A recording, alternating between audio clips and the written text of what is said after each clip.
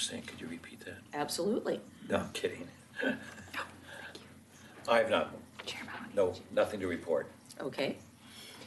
I visited the site again, but I've had no ex parte contacts or conflicts of interest. I've been by the site, but I don't have any ex parte contacts. No new contact? Nothing to declare. And I have visited the site again, but I did not see anyone when I was there, nor have I had any ex parte contacts about it. So we are good. Does anybody in the audience wish to ask any question of us about any of the disclosures that we have made? Okay, so we will commence now with is this an updated staff report? No. Okay, we'll just go with the regular staff report. Yeah. Thank you, Chair McGriff. I have the presentation from 2 weeks ago on, I'm still going to go through it really quickly to remind everybody of the issues, but I won't pause on the slides that much unless you've asked me to. Before we start, as part of my presentation 2 weeks ago, I identified a revised condition of approval, number 19, that just provided more clarity, and that's available on your dais. And I think I have a couple extra here, but they were in the presentation 2 weeks ago. So if there is a recommendation for approval with conditions, I recommend that the motion include this revised condition. So this is TP 1703 and ZC 1702. Just really briefly, the applicant is proposing a zone change from R10 to R8 for a 77 lot subdivision. As part of the type 2 process that normally is a subdivision, they are also asking for a modification to block standard, 26 feet, and the cul-de-sac length, 89 feet, and findings are found in the staff report for that. And these modifications are often occur under the subdivision process because we put lots of dimensional standards on lot block and width, but then you have to put a subdivision in the real world and connect it up to lots around you. And so staff felt that these two modifications were acceptable, and because the applicant met the intent of the block standard and an extra street or an extra pedestrian path, did not make sense at that time to require that through those existing proposed blocks. There's an allowance of a constrained street near tract A to save a very large tree. That would reduce the width of the street from a traditional 53-foot right-of-way to a constrained street, and just in that section of tract A. The applicant meets the dimensional density standards of R8. However, I do want to let the Planning Commission know that in my conversations with the neighbors, they brought up some questions on lots in the subdivision, and I took out the big plans and my engineering scale, and I did find that lot 4 is a couple of feet below the 60-foot minimum width. I did check the rest of the lots the neighbors did have concerns about, and those do meet the 60-foot lot width requirement, and that's measured at a midpoint in the lot. My recommendation, if you are to move forward with recommended approval to the City Commission, is to provide an additional condition of approval, number 31, that says prior to platting, the applicant shall demonstrate that the subdivision complies with the lot width and depth dimensional standards of the zone. The applicant is also providing an integrated stormwater management system as well as a 1.3 acre remainder property that will be incorporated into the Budding Wheeler property offsite. We do have conditions of approval. They also have a voluntary 1.35 acre open space. This is not something we're requiring. This is something the applicant is proposing.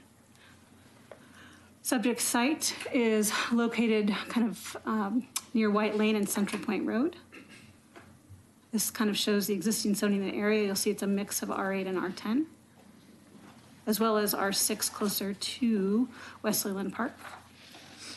The applicant provided us some shadow platting and some existing layouts of subdivisions that have been approved or are about to be built.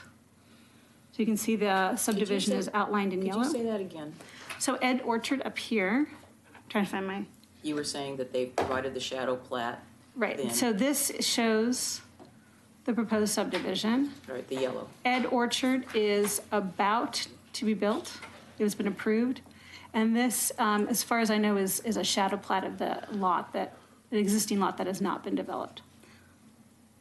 But as part of our subdivision requirement, we do require applicants to show how their subdivision layout allows for timely development of abutting parcels. And connectivity with streets. Connectivity, yeah. So you can't be building a subdivision lot layout that does not allow your neighbors to subdivide or makes it very difficult. So that was their layout. This is, as I showed here, the subdivision is a bit of an odd shape. So this is the top part of the subdivision, and this is the bottom part, showing the proposed cul-de-sac, the tract that's voluntary, the PG easement, and the storm pond. This is the location of the constrained street. This is a very large Doug fir that the applicant wishes to retain. So the public comments received as of the meeting 2 weeks ago, West Susan Richter submitted comments as well as all the comments that were provided at the public meeting on September 25th. They've been added into the record and actually were attached to your agenda tonight. So right now you have all the written public comments that have been turned in to me as staff so far. So the criteria for zone change, I'm going to leave up. So as we move forward, this I will leave for the Planning Commission and also for public comment. Staff, this is a bit interesting application because we have a very clear and objective type 2 subdivision that is being coupled with type 4 zone change that goes to the Planning Commission and provides a recommendation to the City Commission. The applicant could have had a linear process where they came in for the zone change and then they came back with a type 2 subdivision. But they chose to be transparent and submit a concurrent application that is going up through the Planning Commission and City Commission. I also wanted to go over a staff's memo that was added to your file that provides some background to public comments that were received. In particular, what I'd like to talk to you tonight is about ex parte comment and staff's involvement. As we explained at the September 25th meeting, staff does not have ex parte contact requirements. Actually, my job as staff to meet with anybody before the hearing, after the hearing, through any of the process. I meet with applicants, the public, really anybody who's interested in the process. Right before the meeting on September 25th, I grabbed the applicant and went to a quieter area because the lobby was a bit busy. And we went over my presentation I was about to give. I hadn't gotten a chance to explain to them what I'd be presenting, as well as they actually requested 2 conditions of approval to be revised. But Development Services was not able to support one of those conditions, and I wanted to let them know that we would only be moving forward as staff recommendations for 1 revised condition. And they also asked questions related to, do they need to provide their own presentation, or did I have the subsequent plans that were needed in the in my presentation, so they didn't have to upload. So just for pure clarity, that was the conversation I had with the applicants. I've met with neighbors over the phone and in person prior to this meeting, and I will continue to meet with anybody who has interest or needs any resources for this application. So just for clarity, I wanted to provide that. I'm going to pass this over to Carrie Richter, Assistant City Attorney, who will provide a little bit of a legal lens on the criteria for subdivision and zone change. Thank you. Chair McGriff and Planning Commissioners, I worked with Ms. Robertson Gardner to prepare a memo that I wanted to use to sort of set the framework here, because we've had a lot of public testimony related to things that I'm not sure that we have control over, because I'm not sure they relate to the criteria. A lot of the testimony we heard was related to the way that we do the lot density calculation and the lot averaging. And I think what the neighbors are responding to is that there are some large lots in this subdivision that are throwing off the average and are allowing much smaller than 8,000 square foot lots to remain. And unfortunately, our code, when we review a subdivision, we have to use clear and objective standards. That means we cannot make a discretionary decision. That means that we have to evaluate things based on quantitative data, and that is why we have that lot averaging provision in there. The zone change is a discretionary review. So I want you to think of this as sort of two different requests. There is a zone change request that is a discretionary review that has to do with whether largely the comprehensive plan policies are met to justify the change from R10 to R8. As you know, that in the city has 3 low-density residential comprehensive plan designations, R10, R8, and R6. This means that all 3 of those zoning designations implement a low-density comprehensive plan designation. So, you know, it's a fine analysis here that goes into whether or not it's appropriate for R10, R8, or R6. And that takes some balancing of the comprehensive plan policies. What we've tried to do as staff is provide an analysis that encourages housing. We have presented some analysis that approximately 24% of the city is currently within the R10 zoning district, while only 16 or 17% of the city is zoned R8, 13% is zoned R6. So it would even things out more to have a little more R8 in the city. We also include plan policies that talk about services, what the demand will be from this development, because the demand on your services will be greater at R6 or R8. So those are also things that go into this analysis. But overall, staff felt that because this is an area where we have the services, where the transportation connectivity is there, we have a shadow plat that shows alternative, a number of roads, a number of connections, and that we want to encourage greater housing options within the city. The testimony we heard is that these smaller lot size will reduce the livability of the area. I'm not sure if the evidence has been submitted that it will reduce the livability of the area. If this is a high demand place that people want to live in, then people will want to live in whether the lots are small or not. And so that is, but again, that is related to whether or not to grant the zone change. Whether it's R10 or whether it's R8, this lot averaging concept will remain because it is a clear standard. It is a clear and objective standard. So if they come in at R10, there will still be lots that will be small, right, Christina? Yeah. So I'm not sure that this would resolve the concern because the lots won't have to be 10,000 square feet under an R10 subdivision. And we may not like that rule. We could change that rule, but we can't change it during this proceeding. We could change it at we could go through a legislative process to change the code to provide that the minimum lot size in an R8 subdivision is 8,000 square feet. We haven't done that. So that's what we tried to set forth in this memo. I'd be happy to answer any questions that you have. I understand that this is a complicated and it's a difficult questions before you. I made the comment that at R10, lots will still be smaller. However, when I look at the items here, I can understand that some are at 8, some are at 7, some are at 6. But the majority, the higher percentage of these is 7,000 or less. So how does that apply to what you just said? Because there's 20 at 7,000 and 6,000. It's an average, so I can't tell you how that math would turn out. What I can tell you is that there could be a significant number of lots that are less than 10,000, just like there are a significant number of lots that are less than 6,000 or less than 8,000.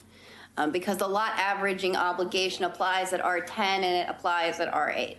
At R10, can lots still go down as low as 6 and 7? And No, when you do 20%. R10? No, 20%. You can't go below 20%. Go ahead and explain that. Yeah, I'm trying to figure this out. You want to that- explain it, Christina? That would be Sure. great. So the way 20% works is you get your net developable properties out the subdivision, and you take a look at how many lots you could put on there in the zone. So let's use the number 100, and let's say you can develop 80 lots. Okay, so of those 80 lots, so if you have, let's say if you have a 10,000 square foot zone, you just make the math easier. Sure. You can have, 20% of 10,000 is 9,200. 8,000. Right, 8,000. sorry. That's okay. Let us do the math. Yeah, so I'm saying Thank you. is you can average 20% difference of the underlying zone's lot. So if you can go down to 8,000 if you have a 10,000 square foot, 10,000 R10 zone. And so in R8, you could be, I think it's 7,200 or 6,400. And therefore, then at the very end of the day, you average out all the lots that are below your zoning minimum lot size and all the lots that are above, and you still have to average out your minimum zone. So if it's 8,000, they have to average out on that Excel spreadsheet 8,000, and you can't go lower than 20% of the zone, but you could have lots that are much higher. And then when you're all done, you can't have anything. We also have a requirement, which the applicant has met. When we zone an area, we also want to make sure we don't have people coming in who vastly underdevelop properties, because we are looking at timely provision of services and understanding our sewer master plans and our water master plans and our transportation system plans. And if areas develop well under the density, then that really upsets our future calculations. So we also have a requirement that you have to meet 80% of your area's density. Now this applicant has, I think they're up in the high 90s, but we also kind of have it that way too. We want to make sure people don't vastly underdevelop. So we allow the applicant to have this window kind of between 80 and 100% of the density of the site, as well as a 20% lot swing between kind of a little bit under the lot area and a little bit above, but they have to average out to the lot area of the underlying zone. Using my round number of 100, and 80% is developable, and the 20% rule, so that would mean how many lots are supposed to be at R8 or higher, and how many are Okay. below that? So I'm going to read what the applicant Sure. said. The project includes 77 lots for the future construction of the single-family detached homes in the R8 zoning district. As permitted above, a number of the planned lots are less than 8,000 square feet. The smallest of the future lots is approximately 6,406 square feet, which is within the maximum 20% reduction allowed in the standard. A number of the planned lots are also larger than 8,000, with the largest being 26,814. But that doesn't tell me the number. Right, the average Is it lot in area there? is 8,279 square feet, which Say that is again, please. exceeds, so in this application, the average lot area is 8,279 square feet. So with the rezone, they are above their minimum requirements of an average lot size. So my of question is, 8,000. how many are above 8,000? Like, are there 10 above, 20 above of the 77? So what I'd like to do is, I don't have that offhand, and I have to look in the staff report, but I can provide that before the end. But yes, to answer the question though, we don't have a maximum of, if you have one lot that's larger and all of your lots are slightly less, but you average out, that's allowed by our zone. So we don't have a maximum number of lots that you have to be exactly at the 8,000. That's how the lot averaging works.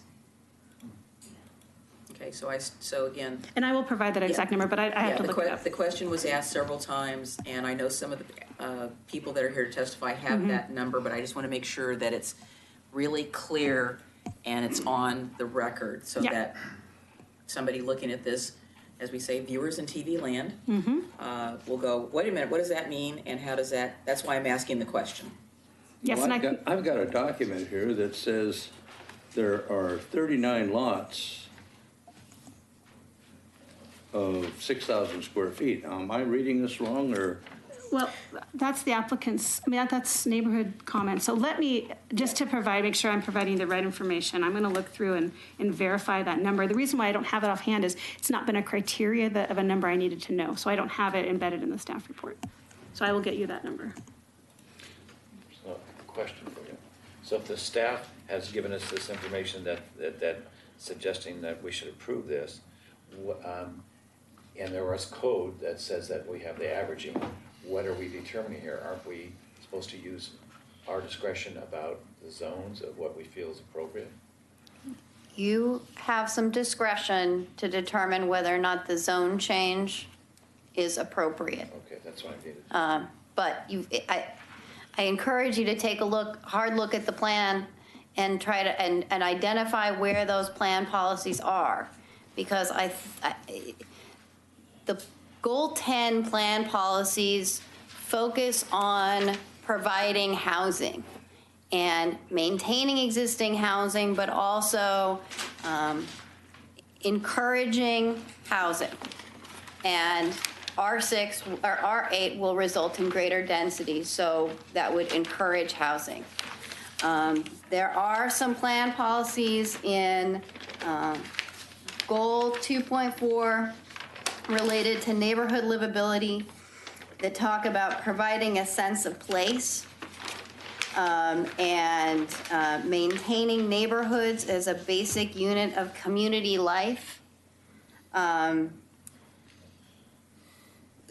Could it be possible that the R8 deprives this area of a sense of place?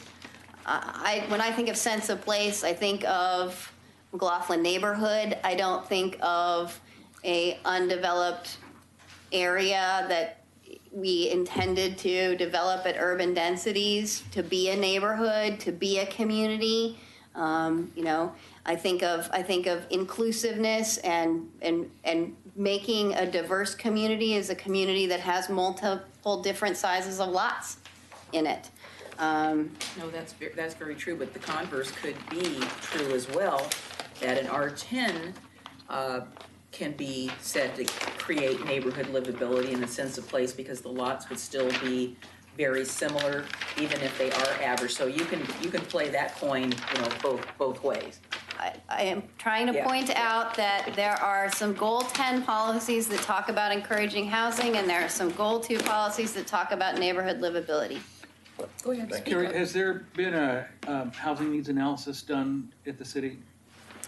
The last housing needs Setting analysis, up, the different needs for the types of different types of housing? not lately. Last one was done in 2004 in preparation I was for. wondering, where you guys were at on that. 'Cause I Yeah. think that it makes it a lot easier for you guys to comply with the metro housing rule requirements, and then it would give us a better handle on where we're at in terms of what we need in terms of R8 and R10 and all of that, instead of just kind of looking at the staff report kind of fast and loose as to, R8, R10, livability, quality of life, and those kinds of Yeah, well, we have to look at them big all. things, yeah, okay. Does any of the commissioners have any? Yes, sir. Carrie, I'm under the impression that it's the applicant that has the responsibility to submit to the planning commission the need, if you will, for approval of this application. There's a need, and that it's their responsibility to submit that information to us. In other words, the onus is on them and not the city. We've established already through our comp plan what our needs are and how we're going to meet those through our facility planning and things of that nature. In your judgment, has this been done? The applicant has the burden of proof, and you are absolutely right. They have got to submit evidence that shows that the criteria, the applicable approval criteria, are satisfied. I think that at our last hearing, if I remember correctly, I'm not sure that the applicant rebutted everything that was submitted. We received a bunch of new testimony, and it was late. So I don't remember if we had much in the way of rebuttal. I would expect that we would get a more substantive presentation this evening.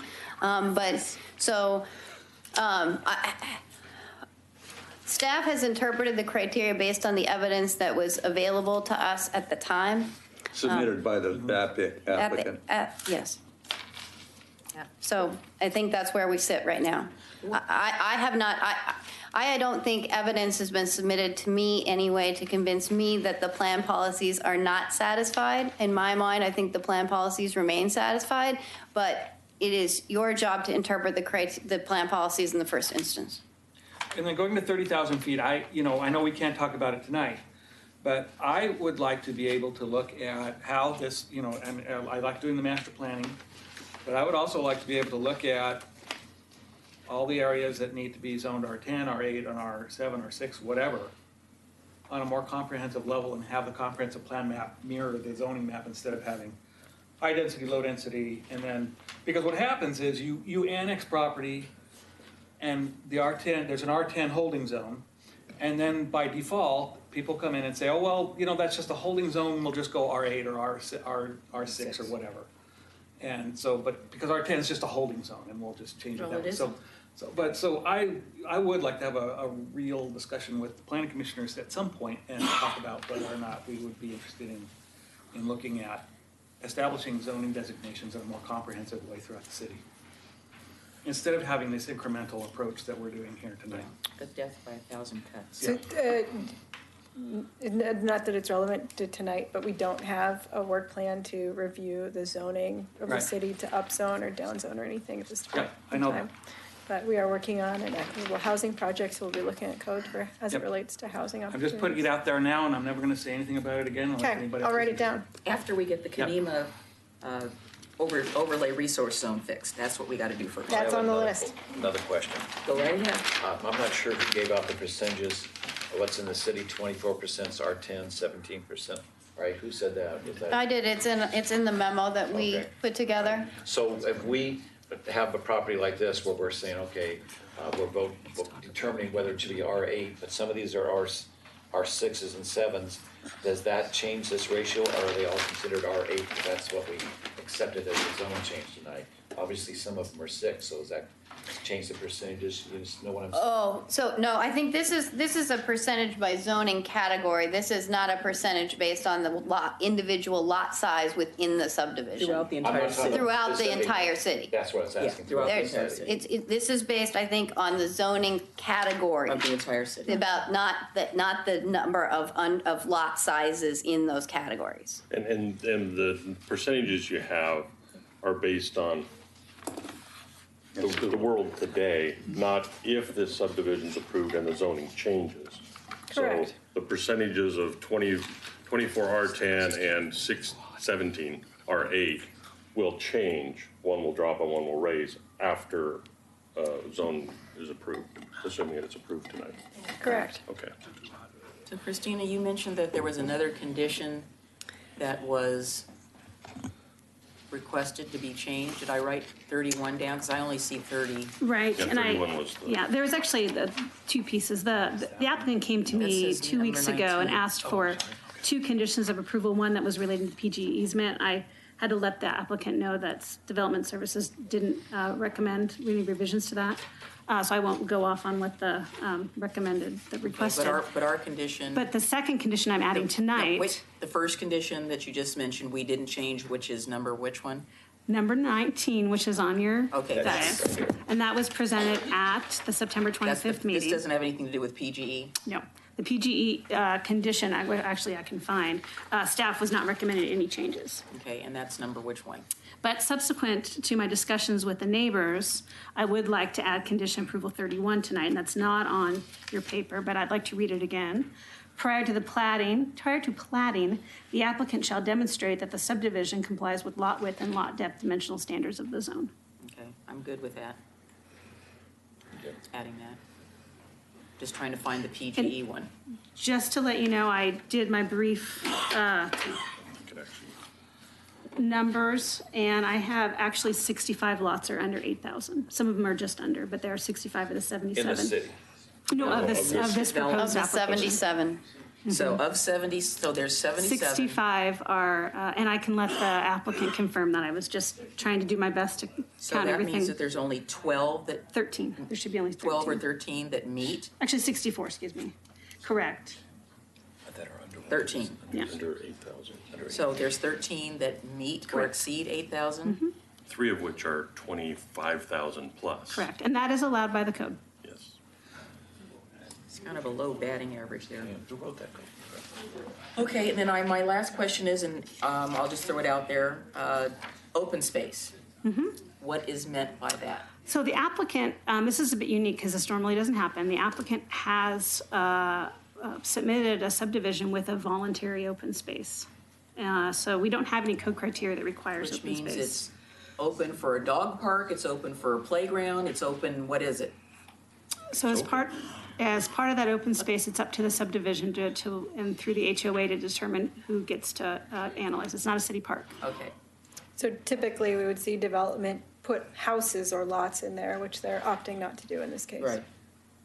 Is that because of under the wires, or is No. that anyway? Nope. They just- They're proposing to do it on their own accord. Yeah, Yeah. and I can let I know the applicant made the presentation about why, and I can let them speak to that again, but that was not a requirement of the subdivision, and it was voluntary on their end. They're all in subdivisions. Just forgive me, I'm just looking at the math here and trying to wrap my head around. So if you divide, let's see, let's do this quickly.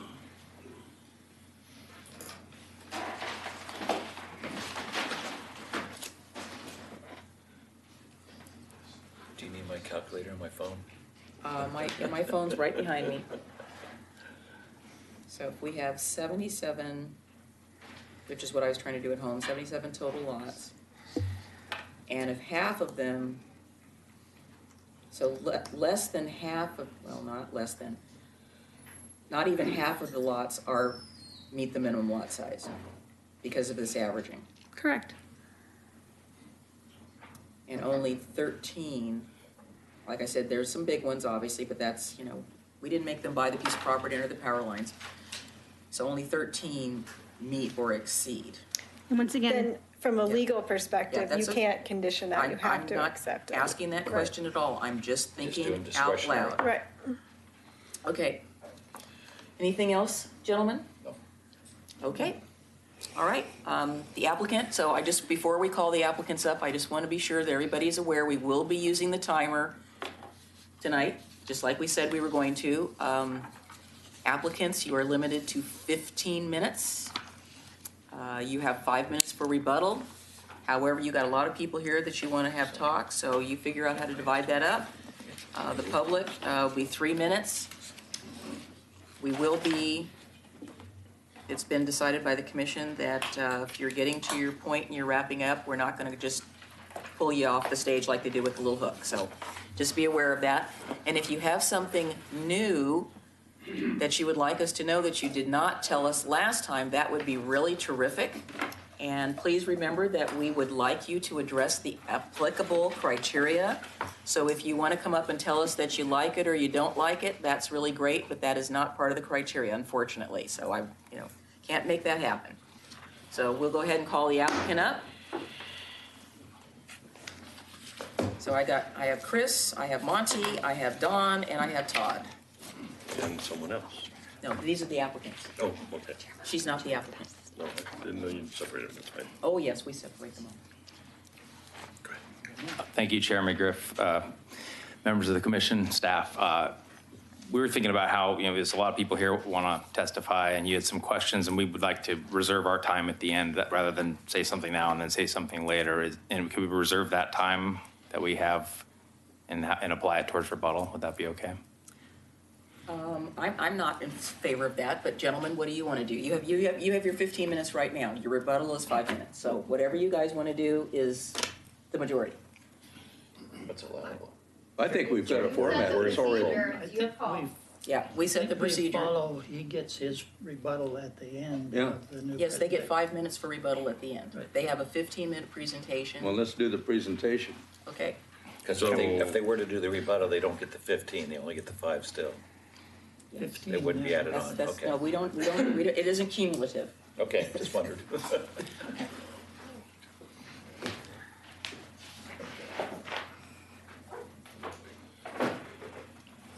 Uh-oh, big boards. Well, those are all gonna be stored at your house. That's fine. We can do this. Somebody could be your Vanna. we have a decent. Yeah, he's got some plats. Got the big plats. are these new or are they in the record? They are not in the record. Okay, so this is Exhibit 1 into the record, and actually, I'd like to say that Exhibit 2 is the revised condition of approval. Okay, got it. We need a little exhibit stamp, so you can go like that and stamp them. Is that something we have to read real quick while they're talking? How does this work? It's a picture. Should, All right, so we're gonna Checking switch to over see to if it got clicked off. presentation.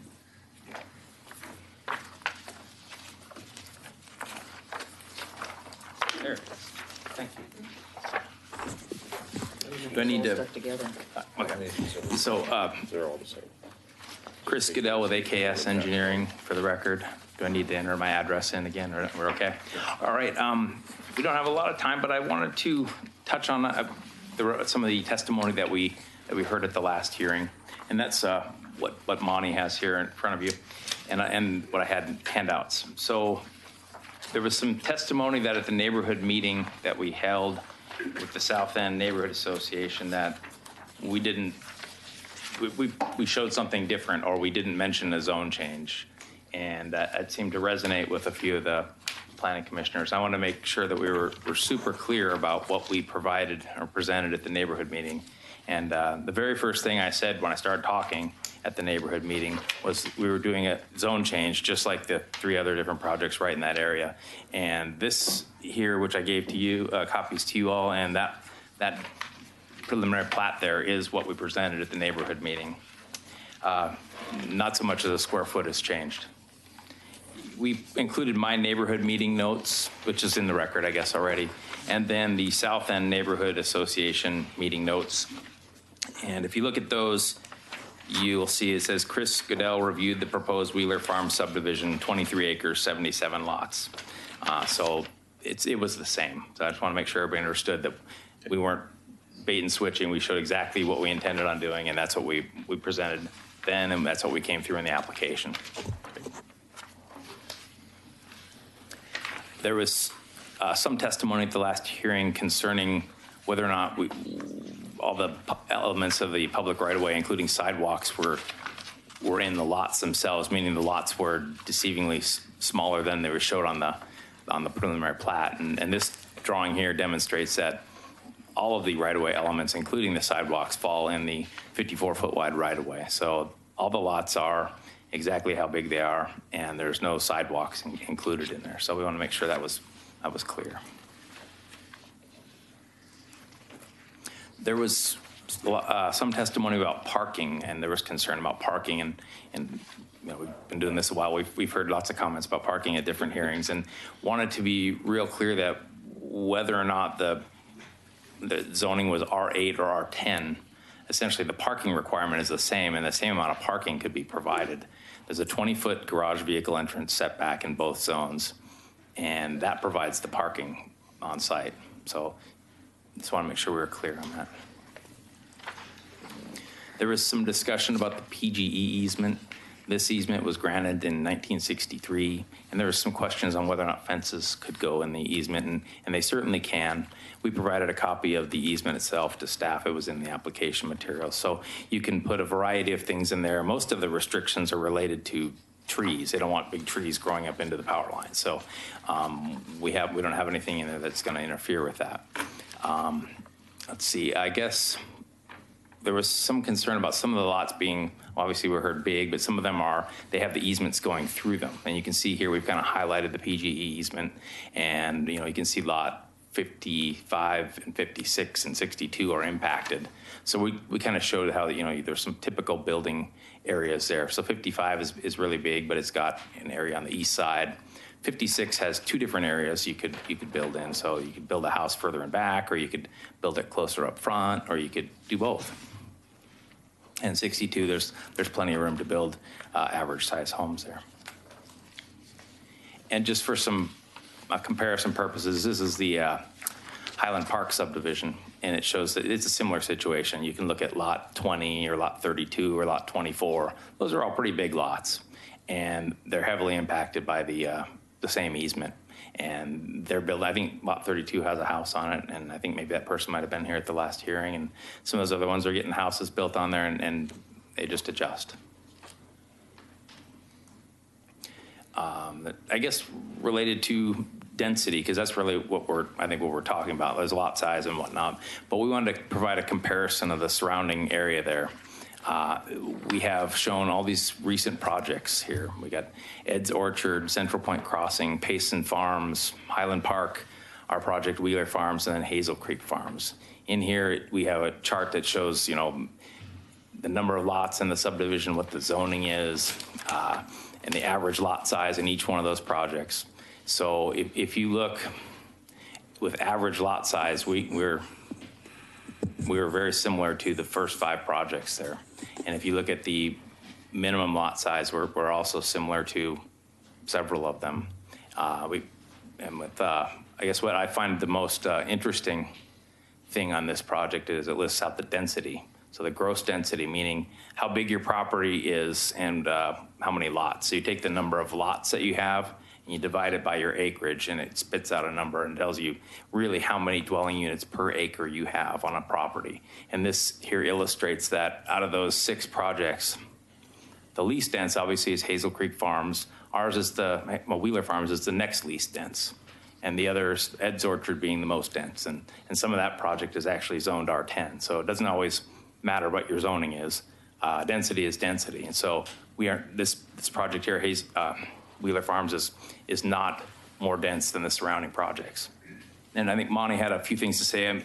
There's already been a lot of conversation about this code section that we have listed up here, but Monty had a few things to say too. Yeah, so my name is Monty Hurley. I'm also with AKS Engineering. I'll kind of touch on a number of topics here.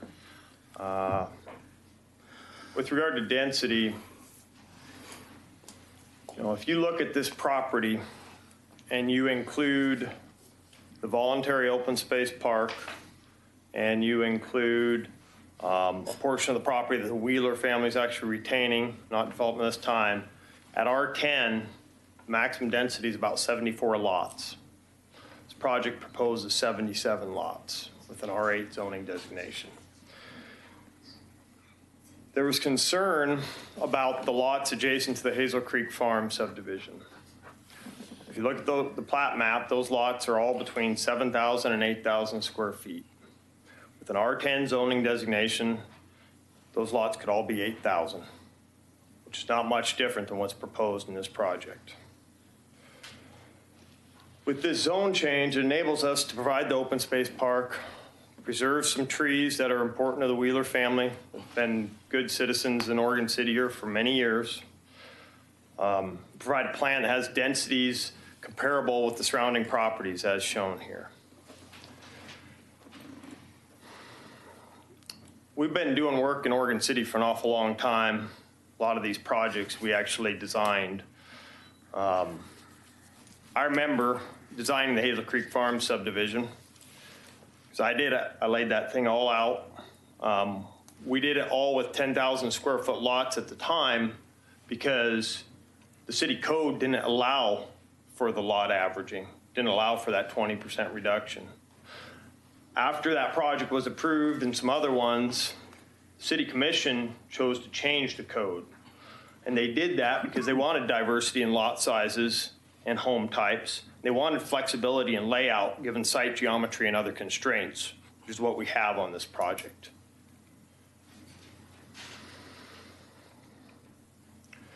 With regard to Hazel Creek Farms, this slide shows connectivity again, which we've touched on. It has 4 or 5 ways out of this project, not overburdening any of the local streets on any of the surrounding projects. The Orchard Grove Drive, if you look back historically, and I know this because right after this project got preliminary plat approval, actually prior to going through the final plat process, Orchard Grove Drive was actually designated on the city's TSP as a collector. You can see it there in that dashed green line.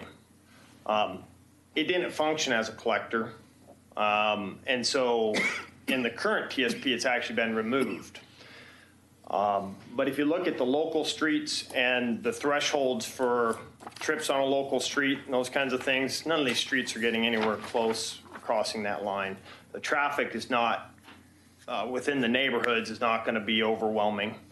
We have a traffic engineer here that can tell you a lot more detail about that if you need.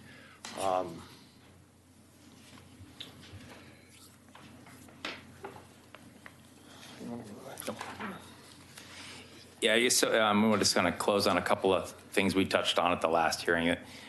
some of the project highlights here, a big deal is the open space tract. It's, you asked about what it would be. It could be a variety of things. When we met with city staff at the pre-app, we asked about it being a city park, and staff wasn't interested in it being a city park, but we did ask, and so it's going to be owned and maintained by the homeowners association for the subdivision. So it's going to be for tree preservation, open space. That's the plan.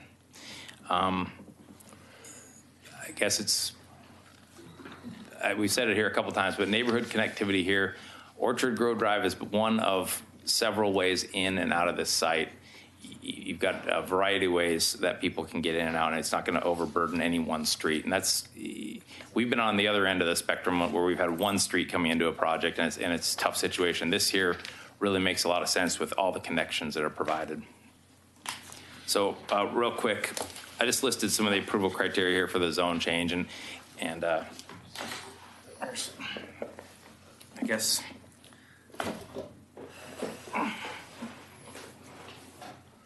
in terms of applicant's burden, we produced it. This is the application. There's a lot of work went into this. A lot of time and effort went into this. This has all the information that we've been discussing here this evening. All the findings, talking about the comp plan policies, the goals, the municipal code criteria. Everything is in here, and if you have questions about specifics, we were certainly happy to answer. But this project is consistent with the comp plan. It's R10 to R8. We met with city staff, and we've discussed all the public services and facilities, and they're there to support the project, including schools. Wes Rogers, the superintendent, was at the pre-app, and we talked with him, and we asked him if he had any concerns, and he said he didn't.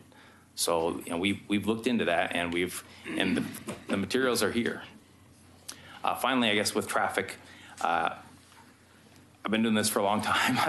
Every project, there's always concerns with traffic.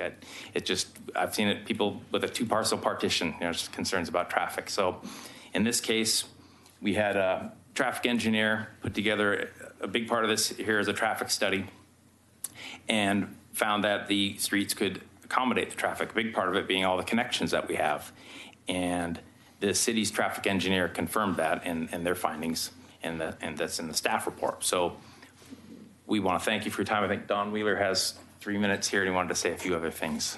Yeah, my name's Don Wheeler. Address is 19898 South White Lane, and I'm one of the sellers of the Wheeler Tree Farm property. I would like to remind the commission that my parents purchased this land in 1963 when there were only 4 homes adjoining our property. Right now, there are 260 homes with various zonings of R10, R8, and the smaller lots we see in the Payson Farm neighborhood. The Wheeler family has never spoken against any of the housing projects, including the Filbert Orchards of both Westling Farms across Central Point Road and the Fensky Orchard that is now Hazel Creek Farms. These 2 cleared orchards alone have provided homes for over 200 families. The question is, why did we not resist? We fully understand the metro-urban growth boundary. By limiting growth to within the boundary lines, we realize that many benefits to cities that are providing services, and we create neighborhoods within our existing cities. The fact that we can all drive a quarter of a mile to the south from this subject property and be fully in farm and open pasture land is a blessing. I am far happier living with the urban growth boundary than I would be living in other western cities that enjoy urban sprawl and unlimited growth. The Portland area is obviously a very desirable place to live with a limited supply of land, and my father came to realize that the highest and best use of this land is for housing. At this point, I need to tell the Planning Commission that the R8 zoning change that you are debating is apparently wrong. Totally unsolicited, I was told by 3 different landowners from the property to our northeast that the petition gatherers opposing the Wheeler property was going to have lots as small as 5,000 square feet, and we would be building row houses. This is, of course, not true, and this application is for R8 single-family dwellings, and it is designed to meet the criteria of the existing city code. The Hazel Creek Farm landowners are indeed pleased with the neighborhood they live in, as it can be perceived as nearly a gated community. Due to the urban growth boundary on the east and the Toll Strip and Wheeler properties to the south, the only traffic this neighborhood has had has been their own homeowners since all of the streets had been dead ends. It should come as no surprise, though, that this situation would not last forever. Most of the available land within the Portland metro area community is being used for new housing. The R8 zoning change that we are requesting is very reasonable, considering two of the most recent home developments that touch the subject property of the west are now zoned the same. Central Point Crossing and Highland Park neighborhoods were both recently approved by the city. As members of the Planning Commission are aware, the Metro Regional Council encourages even greater density within the city boundaries. The R8 zoning, along with the open space, the stormwater facility, and the existing topography of the land, creates a plan that allows for a variety of lot sizes for homes to be built. I believe the lot plan before you meets all the criteria presented by AKS and the city staff recommendations for approval of the zone change. All of the homes that have been built to the west of us are very high quality and have created a nice So Don, neighborhood. wrap it up, the light's flashing. Finally, I would address the comment, we were just trying to create as many lots as possible. The decision by the Wheeler family to ask Ryan Park Development to partition off the open space in this plan demonstrates we're willing to receive less income from the sale. This area of land would accommodate at least 3 additional lots. We strongly believe in the value of open space to the nourishment of body and soul, and we've experienced on this land over the last 54 years. The Planning Commission is well aware very few projects of the city have voluntarily included an open space, and therefore we are very unique. And I will stop my comments at that point. Thank you. Thank you. Do you want to submit the written record to the file? I can do that. Gentlemen, do you have any questions? I just wanted to confirm, did I hear you correctly say that at R10 you would have 74 lots and at the R8 you would have 77 lots? Did I hear you say that? That's what I wrote down. The application has 77, and at R10, if you negated the open space and didn't, you could have 73 or 74? So it's only 3 homes difference is what I'm asking? Right, between this project and that, yes. Okay, thanks. And how many lots below 8,000? There were 64. 64. 64. Yeah. So you're asking for an R8 zone Correct. and 64 lots are below R8? That's right. I'll take your word for it. I didn't calculate because it's not been a criteria, and it's an average, so that's how the average worked That's out. 83% or less Yeah, than we 8,000. had a lot of questions asked, so that's why I asked the Yeah. question, so I that just wanted it to could confirm. be answered. No, that's fine. And one last question, you're not proposing any sidewalks in this? Or you are? Did I miss that?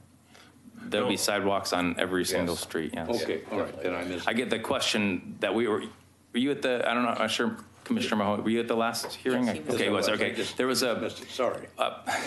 sorry about that. There was a person that spoke that was unclear or didn't think that the lot sizes that we had shown were correct and that we had sidewalks within the lots. And the point of this slide here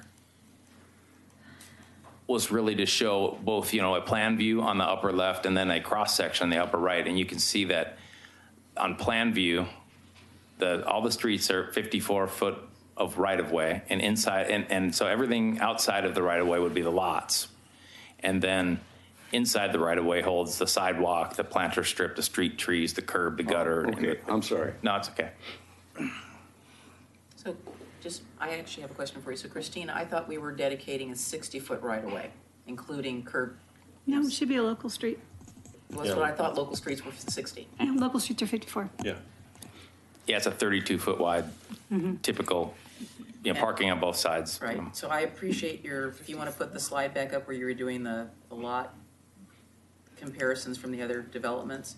Oh, this one. Yeah, so the only thing that I take objection to on this is number 3 is a PUD. I wouldn't include that. That's not a fair comparison because a PUD has different requirements than a subdivision. So I looked at this and I just took number 3 out because that, Yeah. But it is still Yeah. a local impact, and that's what he's showing. Yeah. So so. It was just strictly showing lot sizes, because the main comment we were hearing about lot sizes, so here's some lot sizes. So I know that my esteemed colleague, what? Have one question to the application? Yes, can I finish what I'm saying? Sure. I was going to ask him a follow-up question. Okay. My esteemed colleague, John Replinger, knows that I have sort of a pet peeve about traffic, and although it is probably very true that this development is not going to generate traffic, what we never do in our community is we never look at the off-site impacts. So all of this traffic is going to funnel down to Malala, to 7th, to Singer Hill, to South End. So it is going to create a traffic impact in our community, regardless of whether you think your traffic engineer says it's not going to create one in this development. They only have 3 ways off the hill. That is all going to dump down in certain parts of the community, including this neighborhood. So that really, to me, is kind of a misnomer that is not going to generate any traffic, because it certainly is. I'm sorry, I don't, did I say that we weren't going to generate traffic? No, you said that the traffic impact from the development is not going to cause for the surrounding area. So again, I'm just saying, I agree with what you're saying, but we never look in this community at the off-site impacts, which affect other areas of our community, because we only have the 3 ways to get off from up there to down here. And not everybody's going to Canby. So it's just a point. So, sir. I guess I could offer some response. There's really no response. It's just a reality. It's just a reality of what happens. If you would like, we can bring up John Replinger, our city's transportation consultant, and he can explain the difference between the TSP and then the approval criteria for development, because we do take it into account. And so I really want to make sure that the public is aware of that. There are studies that are done that assume maximum development of the city, and we do take a look at those.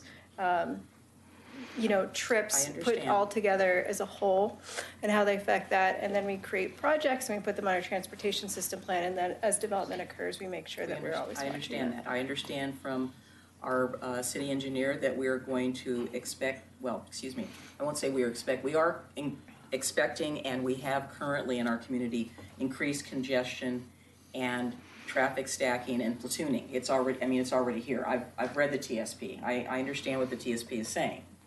I'm just making a general comment that, again, there may not be any small impacts, but you add all of these developments together and it impacts the entire city. So it's a bigger, broader impact that our criteria does not address. And again, it's a pet peeve.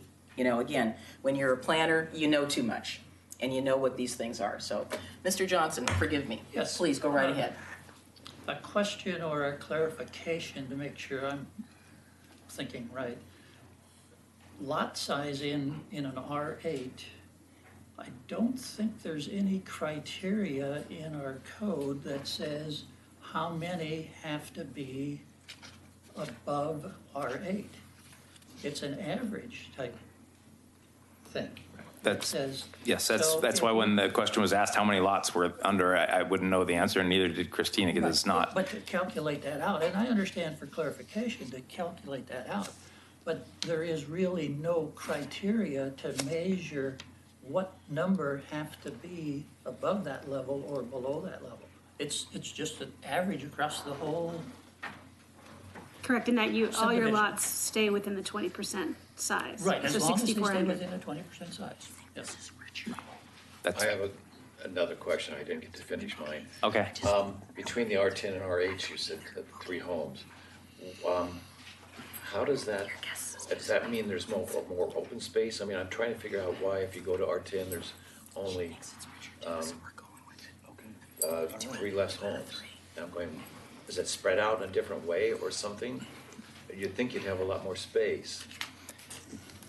Well, Let me try to answer and then just go ahead. I can answer that question if you'd like. Thanks. So when you're laying out a subdivision, you have the gross area, you got the number of lots. That dwelling units per acre is a pretty key number. It's how many dwelling units you're getting per gross acre. When you lay in your streets, you got to net that out when you're working with lot areas, right? So in this case here, we the Wheeler family, voluntarily gave a park of 1.3 .35 acres or whatever that number is. You carve that into R10 lots. Oh, is that how it goes? There's also a portion of property that the Wheelers are not developing at this time. They're just retaining it. The Wheeler family is. You could develop that into R10 lots. So you add those together and you do the math and you can get R10 maximum density of 74 lots. Okay, So you compare that to what we're actually proposing and there's 3 lots difference. okay. Thanks. Thank you. Any other questions before we bring the public up? And do you have? Yes, please, go right ahead. I haven't been able to, I don't know if OC Web Maps isn't working or whatever, but your 3 lots that you have that are really long, 51, 52, 53, last time there was some testimony that there was like contours or what, it just, the land didn't make sense to try to like carve things down lower. So I was curious, what is the land issue that's got them so long and narrow? Is it the canyon dropping off, or is it just, it's marsh, or, It's not a marsh. Yeah, I assumed you'd have an overlay district if you had that problem, but. So that butts up against the urban growth boundary, and why the urban growth boundary is there is it drops off in the back. So it's topography and sanitary sewer. So the steep topography makes it very difficult to develop those in the lots. You'd have to do terracing and all sorts of stuff like that. And then you'd have to pump those homes for sanitary sewer. All right, I just,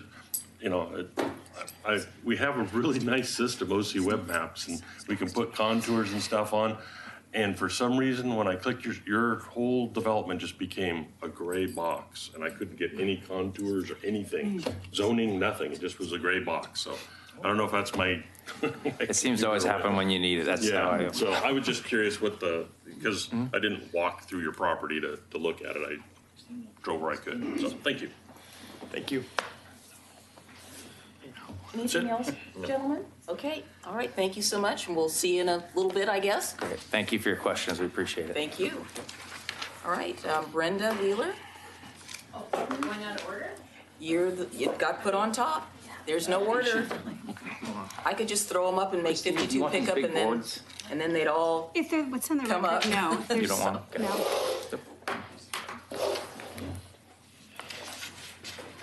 Can we go back one slide? Sure, absolutely. Which, Do you want to? The, whoops, back. this one? No. Criteria for There. franchise? Okay, yeah. yeah, your time's Okay. not starting yet, don't worry. Yes, I'm Brenda Wheeler, and I live on Orchard Grove Drive. I'm at the end of the street right now and looking forward to having a through street so we can get our trailer in and out, which we can't currently do. As far as the transportation goes, between the last meeting and this meeting, I was coming up Lynn Avenue headed home and got up by the school, and instead of doing the school zone speed, I came to a screeching stop. Sat there. After a few minutes, I looked at the clock. I sat there at that point for over 20 minutes before I was able to make the turn and then get on Central Point. So I would submit that at this point, that has already failed, that that's not a normal sort of time frame. So I think Was this, what day? Weekday? it was a weekday. It was about 20 minutes after school got out. So it wasn't right there. There was still a stray school bus or two. But really, that wasn't the issue anymore because the kids had walked off, the buses for the most part had gone, and that's what it was. And that's, not in the neighborhood, but it's getting into and out of the neighborhood. So yes, there's a plan to fix that someday in the future, but at this point, it's not fixed. And it's probably not going to be fixed when the subdivision is complete. So I think that that is a transportation issue that really does talk to quality of life. Because if it's going to take you a half hour just to make that little corner, and it can be the same thing coming out in the morning. I've hit that and sat, and multiple lights. So I think we're to the failure at those critical times of day when everyone is coming and going. And as far as the parking issue goes, the issue isn't so much the driveway length. The problem is, what do you do with the cars that don't fit on the driveway? We have an extra extension that we park our trailer and a utility trailer and an extra vehicle on. And still sometimes we end up with vehicles on the street. So with the narrow width that an R8 allows for, those cars are going to have to go further and further away from their homes. It was interesting. I happened to turn on one of those court TV shows, the People's Court, and the issue was people fighting over parking in front of their houses. And I thought, oh my goodness, that's what's going to happen to us when this thing's built. And it wasn't anything we anticipated or thought about, but with so many cars trying to park in such a small area, there's going to be some conflict that isn't really necessary if things are spread out just a tiny bit more. And as far as having a park that we can't use and aren't allowed in, we already have one of those in the neighborhood. That isn't a benefit to those of us living there. It doesn't improve our quality of life. So the fact that they're fond of a particular area doesn't help us. And the lots along the Wheeler property, well, they'll get developed next time when the urban growth moves again. So that's not really going to be helpful either. So anyway, I'd like you to think about really the transportation issues and where cars go and how cars go. We're not going to have TriMet out there ever, probably. So it's going to be a problem. Thank you so much. Thank you. Thank you. So Terry, do you want to come up with Lori, or do you want to just come up separately? We're gonna get 1-2'd. That's right. You want to go or you want me to go? You go first. Can you, before I start, will you bring up the overlay Sure. map of You the can ask plat map me. of We this don't- we have orchard? no control over No, that. I'm just Sure. Christina addressing can do it. everybody. Thank you. Thank you. That one, go back one, please. That one? The one that shows Ed's Orchard. I think it's the one that shows all the layout? the plat map. This Yeah, that one. Thank you. My name's Terry Boyd. I live in the neighborhood that is adjacent to this project. We've heard a whole lot of crazy math tonight. Sounds an awful lot like Enron math. And you can end up with whatever you want in a mathematical formula if it's done without integrity. Now, I will tell you, from our standpoint, integrity on one side of this play has been infinitesimal. For those of you who are math challenged, that means less than zero, nada, nothing. We're counting on you and your integrity to look at this project, because you would have to be Mr. Magoo to look at that plat map and say that any single lot in there is an R8 lot, when you have an R8 lot right on the same plat map in Ed's Orchard. They look almost twice as big. It's unbelievable. It's 83% of those lots don't even fall at the R8 minimum of 8,000 square feet. It smells like 2008. More crazy math, money grab. We all know what happened in 2008 because of bad math, nonsense numbers with no integrity. Don't put Oregon City in that. This is a great little city. We invested heavily in this city, in that neighborhood 14 years ago. I brought up our property taxes are 8.4 million cumulatively of what we've paid into the city coffers. Don't fall into that trap. I'll encourage you to look up Kaufman and Broad in Southern California. They went through this right before 2008. They had one media person who told the true story, not the fairy tale you're hearing here tonight, the true story. You know what ended up happening to them? They bulldozed down entire neighborhoods because they couldn't sell the houses. I will tell you, we have a pretty solid media partner. That's all I have to say.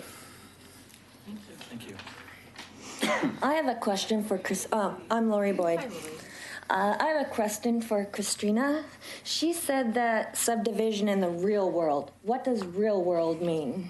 Oh, excuse me. As I said, you take the codes, which are these mathematical lot depths and width, and then as a applicant is looking at their property and trying to lay out a subdivision that meets all the code, there's the reality of the size of the lots, who's the neighboring subdivision, are there topography, is there is the connecting street, you know, 100 feet off from where they want to connect up with, because we say you need to connect up with streets, but yet if they connect up the street, their block length is wrong. You know, that often happens is by the time you connect up all the streets, you may not meet exactly Excuse me. the block lengths. The real world right now is our neighborhood. It's not the one that you're trying to perceive as this glorious new neighborhood that's going to come in and where everyone's going to be happily ever after. There's no public transportation there.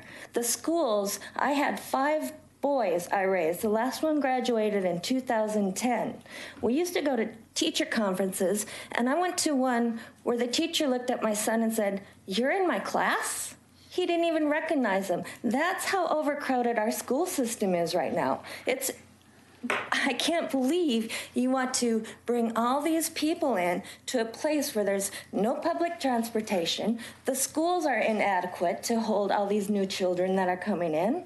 It just, you know, and the last meeting I was here with, you walked in, the guy in the public transportation guy was sitting in front of me. You told him to give him the speech. You said, if you want to stay, you can stay and just give your speech and then you can leave. It's like you guys have already talked about the speech he was supposed to give.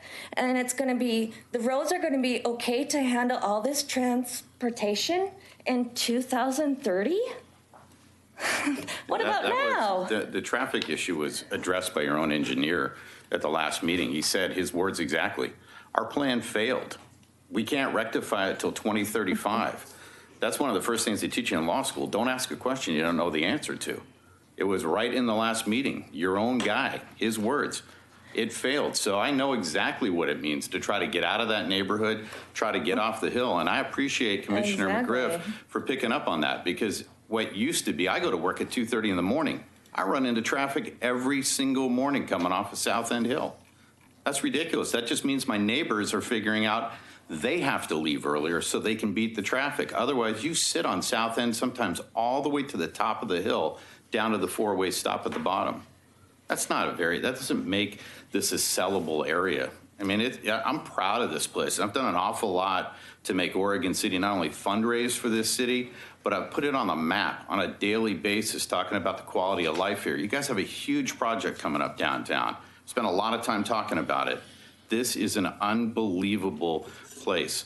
Don't turn it into every other lame neighborhood because someone's giving you a cry story about, oh, I can make more money this way. Before you go on, you're eating up to her time. Okay, but anyways, it seems like Christina and Carrie are both giving the developer so much leeway. They don't have any specific plans on what they're going to do with that open space.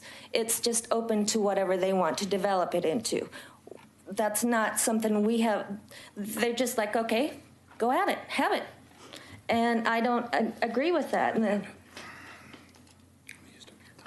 that's okay. You ate up some of your time, so. Yeah, but, you know, and they say, the Wheeler said not less than, you know, he even said that he's going to keep his farm and he's going to live, but he's going to move away from everyone else. He doesn't want to live with other people surrounding him. He even said that. Yep. Yeah, make sure you get in the mind. He even said that. And I also know one of Wheeler's granddaughters. She works with Northwest Kitchen and Bath.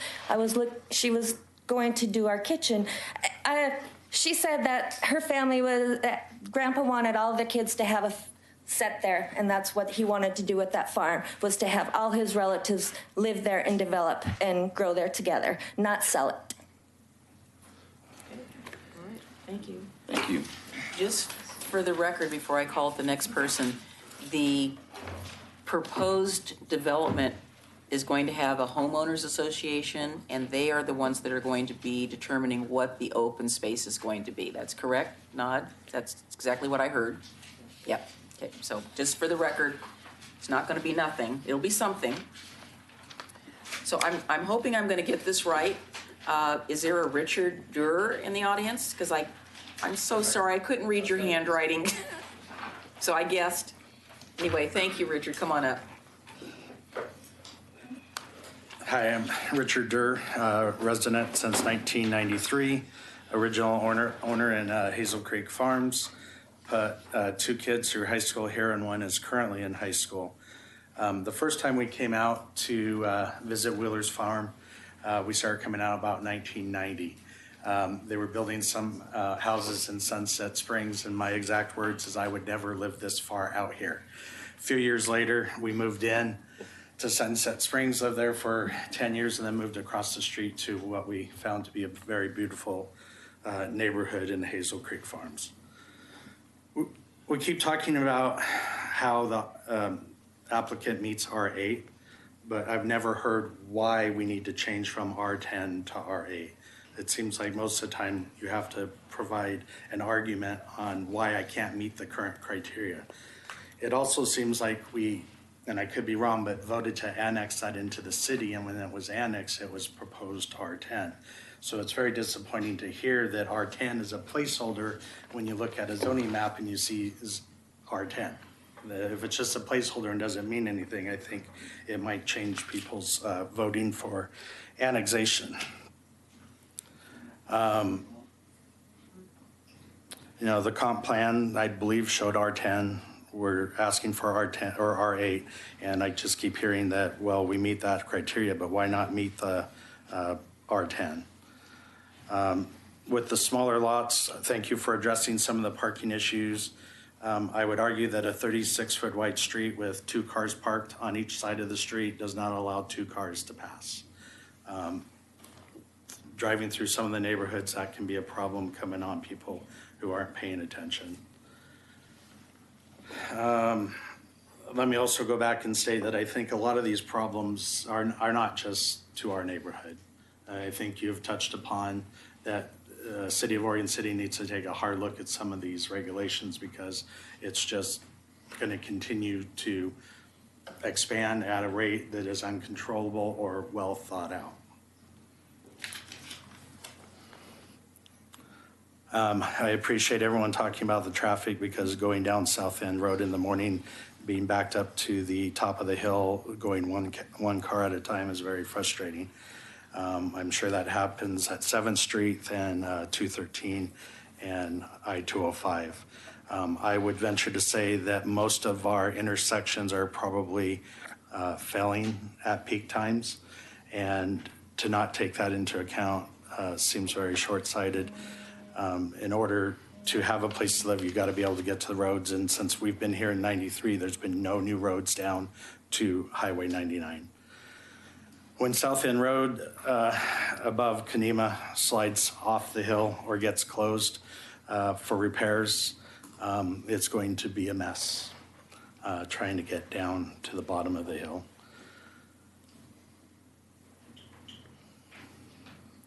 So what I heard was that there would be a park, and then I heard that there's an open space. I would hope that a condition be that there is a park in place that is supported by a homeowners association and maintained. Our neighborhood pays homeowner association fees to maintain the public right-of-way, the street frontage along Central Point, and in order to have some sort of control over our neighbors, instead of just parking their cars out on the road and leaving them, I would hope that we could, make that a condition and that they maintain that park. Otherwise, it'll be a field of unmowed grass.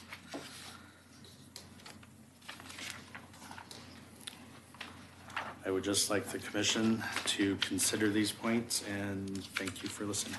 Thank you very much. Is there, I don't recall seeing, is there one of the conditions that address the open space? Well, we don't have any criteria about the design of the open space.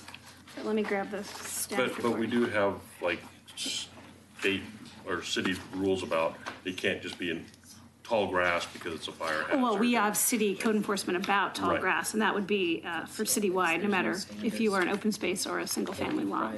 Right. Yeah, we don't allow it. But it just, it can't turn into a trash dump or Correct, that's irrespective of being a lot, that's just not allowed in the city. Right, And yeah. solid waste and weeds, by our city code enforcement would be in place. right. So I just wanted to make sure that there are some protections in place irrespective of whether it's a specific condition. So, Mr. Marsh, you're next, sir.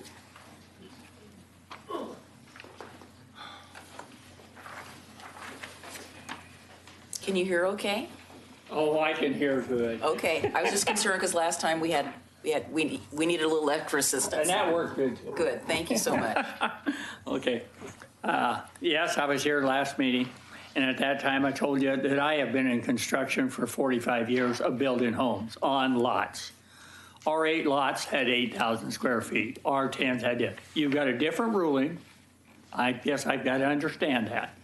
But we'll listen to these ladies ruling and saying 8,000 square foot lots can be 6,500 and smaller. And 90% of them is flat ridiculous, ladies. Leave this thing at 10,000 square feet. They can still build 8,000 square foot homes on it. I guess I have to accept that, but that's where you should leave it. Leave it at 10,000 square feet. Let them put 8,000 square foot lots on. Let them stop ripping us off with 6,500. Thank you. All right, thanks. Thank you. Howard Burge. What was the name? Howard Burge, B-U-R-G-E. Okay, thank you. Hi, my name is Howard Burge. I live on Hazeldale Drive. And I guess when I looked at this thing, it kind of, a number of things bothered me. One, when you typically look at a city planning thing, it doesn't make much sense to me that as you reach the urban growth boundary, you have small lots. It seems like it should be starting to hit larger lots as you start to reach the edge of the boundary. And this is going exactly the opposite. Also, when you'd approved Ed Orchard in the past to go to 8,000, you required a 10,000 square foot lots that were adjacent to Hazel Creek that are 10,000 square foot lots. The engineering company knew this because they did the same thing. But in this one, if you look at the ones that are adjacent to the Hazel Creek lots, 10,000 square foot lots, they're much smaller. So that doesn't make much sense to me. And then also, there was a lot of talk about diversity of size of the lots, size of the houses and stuff. With your 20% variance that you allow on a 10,000 square foot lot, you still get diversity. So you're just creating even a group, you're getting what you're asking for at 10,000 square foot. It doesn't make any sense to go to 8,000 square foot and make smaller lots, again, as you're near city limits. So that's all I had. Thank you. Thank you. We're just going to take a minute. Well, somebody else logged in and I just have all to got log logged myself off. in. Sorry. Happens when you let somebody else log in for you. Uh-oh. Bob Kelly, you want to slowly come up? Really slow. Remember what I like about you. Jeez. It's a long walk home. I have my car, I'll give you a lift. No, I drove. He's walking. Bob Kelly, I live on Hazel Creek Drive, I think it is. But at least, unless my wife called ahead, and that's always a given. Yeah. Okay, one of those drives. Yeah. I started out with just 4 or 5 things on my notes, but with reference to I'm going to start with the parking with the smaller lots and the houses. The smaller houses provide you smaller storage areas to put your stuff, so your stuff goes in the garage. You can't put the car in the garage, it goes out on the street. If you got 2 cars, you're in good shape. If you got 3, the third one's on the street. Having the privilege of living on the S-curves, going through there, there's only 3 ways out of where this is going to be. So provides a problem. One of the questions I had was, doesn't the urban growth boundary require that you have 10,000 square foot lots as you border the boundary? No. I'm asking for clarification. I kind of thought that I heard that was kind of a holding thing earlier, so that kind of clarified that for me. But one of the main concerns of being the president of the HOA that I've talked with my constituents about is the value of the properties because of the density that's not going to be comparable to where we have with surrounding it. Across the street, on the other side of Central Point, where you're at 10,000, we're at 10,000. And to leave it at 10, as it was mentioned, to go to an 8,000 square foot lot makes sense. the math, as we mentioned earlier, you know, if you got 24,000 square foot lot and you're going to be able to use that, you know, are you going to build on that full 24,000, or are you just taking that lot and making a section of it applicable? The intent of the rule, I don't believe, is being applied in this particular situation. The advantage of the rule is being taken care of. The traffic getting off the hill, Mr. McGriff is very well taken. I've timed myself trying to get on to Warner Parrott to be able to make the left-hand turn to get on to Lynn at 6:30, at 7, at 7:30, and at 8. It's a minimum of 4 to 5 lights. You're going to add 77 homes, 2 cars, 2-car families. You add another 144 cars you're adding to that traffic jam. And that's just trying to get somewhere off the hill. With the addressing the 4 additional lots, and I may have not heard clearly back there, but the factors that were included in that were properties that are not being developed under this particular request. I mean, you know, it doesn't make sense.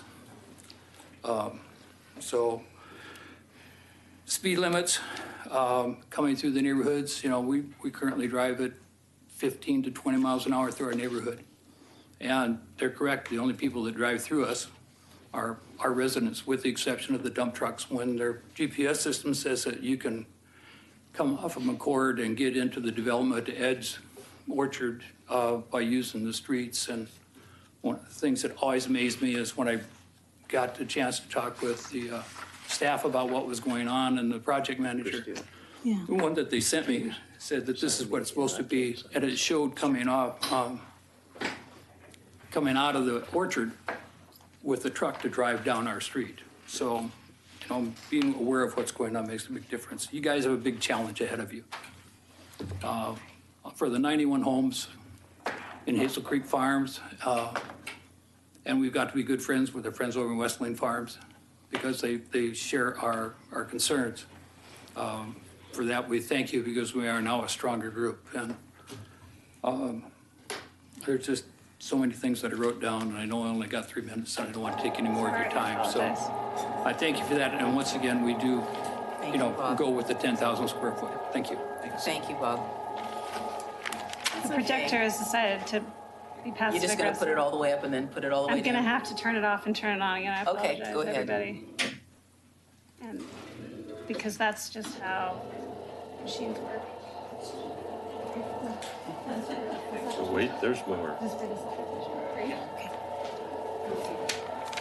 Might as well stay up. I'm going to call you next. Might as well stay up here. I'm going to call you next. I just turned the thing in. I know. You're next. Hot on the line. You're next. No. Every now and then, bureaucracy moves quickly. Rarely. Only when you're not prepared. My name is Mike Mitchell. I'm an Oregon City resident, and I'll start by saying that I don't have a geographic axe to grind on this. I live clear on the other side of town. I do live in a subdivision of 8,000 square foot lots, backed up to a subdivision of 6,000 square foot lots. And there is a huge difference. With an 8,000 square foot lot, you every once in a while get houses that are further apart than the 2 5-foot setbacks. On a 6,000 square foot lot, they're all 10 feet apart. I think the sound just went out. I know. Just hang on a second. Okay. You will not be losing your time. We're just having technical difficulties right now. It's just, it is what it is. You know, we're okay. Anybody have popcorn? I thought you were bringing it. As they say, talk amongst yourselves. Yep. It'll come back down in a minute, I'm assuming. We can do shadow puppets. And here's where the log is. Right at, It's pretty good. I'm impressed. you have to do that when Just you're hang waiting. on, you're not losing any time. I trust you to be, you're always fair. We try to be. I think sometimes these things happen and they bring a little levity into the meeting where it's very serious and you just kind of like. I know you're shocked, but apparently we have to unplug and then plug it in. Okay. Must be Should we just Windows. take a You little can recess? or you can continue, and then we'll let you know. He said he has no sound. Oh, it'll get Is it sound. working? sound. Oh, now, Yeah. okay, it's back. Okay. Okay, and the reason I bring that up, it's very difficult to even landscape on a 6,000 square foot lot. And reason I bring that up is they may want to call this R8, but this is R6. If over 80% of the lots are R6, you're being asked to approve an R6 subdivision, the way it's going to feel when you walk through it. I'm going to paraphrase one of my favorite movies. You're in a tough spot because you're saddled with a code that didn't anticipate that an average could have a few huge lots and 80% be undersized. I know that's not what was intended. I mean, I had nothing to do with writing it, but I can't imagine that that's what was intended. What was intended was allow for the topographical conditions and so forth and a little bit of variance. I happen to believe that we should allow more variance in lot sizes. If you think about the interesting neighborhoods in Oregon City, it's where there's a difference in lot sizes, there's a difference in house sizes, rather than them all being so cookie cutter. That being said, 80% at 6,000 square feet in what they're calling an R8 subdivision, that just doesn't make sense to me. Just two other quick things. Just a question for Ms. Richter. The percentages that you gave, is that land area or is that the number of lots between R10, R8, and R6? Because my point is if it's land area, you might have almost the same number of lots in each of those, same number of housing units, because you're getting, obviously more lots on. Right, it's land area. It's just straight land area. And based you're on right, land it area. doesn't take into account the lot averaging concept. No, I didn't mean the lot averaging, but if you've got 30% is R10, that's going to be X number of houses. A smaller percentage of R8 might give you the same number of available housing units in less space because they're taking up less space. The last thing I would say is on that open space. First off, obviously I believe in park and open space. I'm on the Parks and Rec Advisory Committee. This is a bad situation waiting to happen. Ask the people that live next to the Filbert Run space, which is a park space, but has gone undeveloped for many years. It becomes a nuisance to the neighborhood. We've tried pocket parks in Oregon City. They become a burden on the local neighbors, and people drive and use them. The local neighbors end up resenting that open space in a way because they're having to maintain it, spend their money to maintain it, and other people come in and use it for free. So I'm not sure that they should be getting any credit for open space. As difficult as that is for me to say because of that I like open space, and my yellow light is coming on, and I think that's what I wanted to say. Your red light is the one you have to worry about. Okay, well, that's fine. Okay, I'm done. Thank you, and thank you for persevering through the up and the down and Yes, apologize. all that. Sometimes you gotta turn it off and turn it on It again. just happens, that's what happens in our house. Oh, one more. Okay.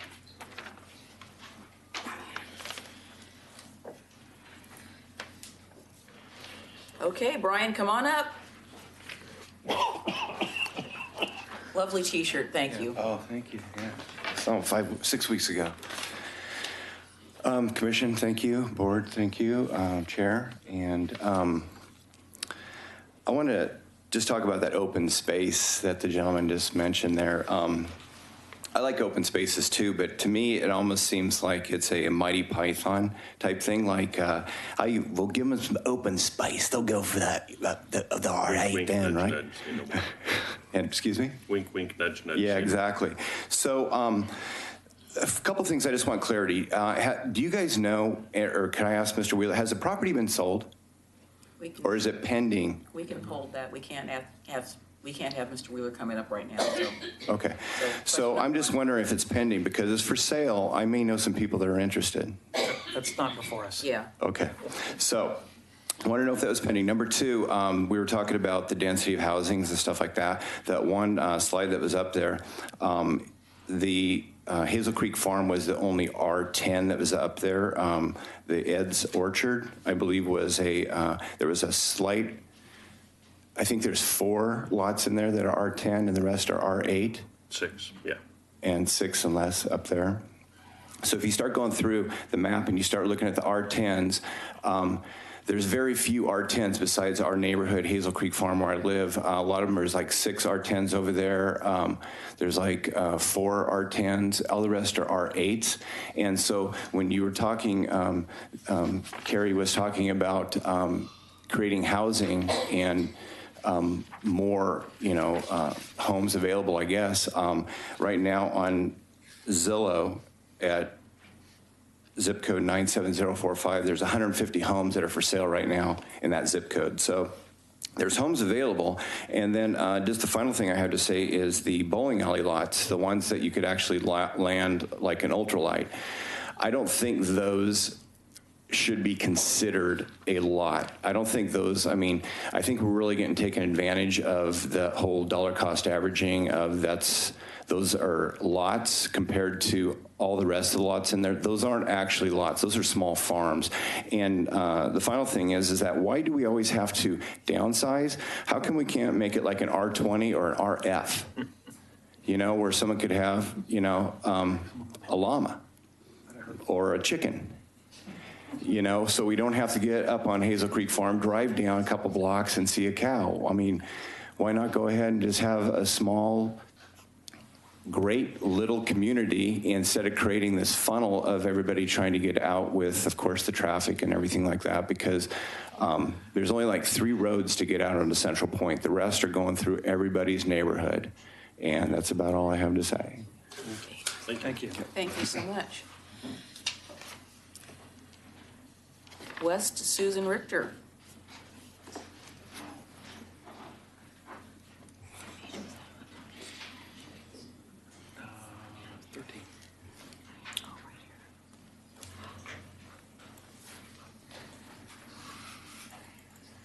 Hi. Hi, how are you? It's been pretty entertaining this evening. I know that screen thing was. I'm going to start off with a rebuttal to some things that the applicant has said that I said. And then whatever time I have left over, I'll go ahead and read my organized letter that I was planning on reading. Okay, when my house was being built, and my house is to the right of lot number 40, so I bordered the Wheelers' property. During the time my house was being built, my husband and my son went to check on our house, and all the 2 Wheeler families, spouses included, were on our property. And they were not very happy and were telling us that the correct property setbacks had not been used, and that our house was too close to their property. And it wasn't definitely not a welcome to our neighborhood. You're building a nice house here. So shortly during the time that the house was being built, there were already some private property keep out signs, but about 5 more signs were put up, nailed into the trees, that not to enter into their property. That wasn't very welcoming either. And people that came to my house as it was being built noticed and made comments about those signs being put up.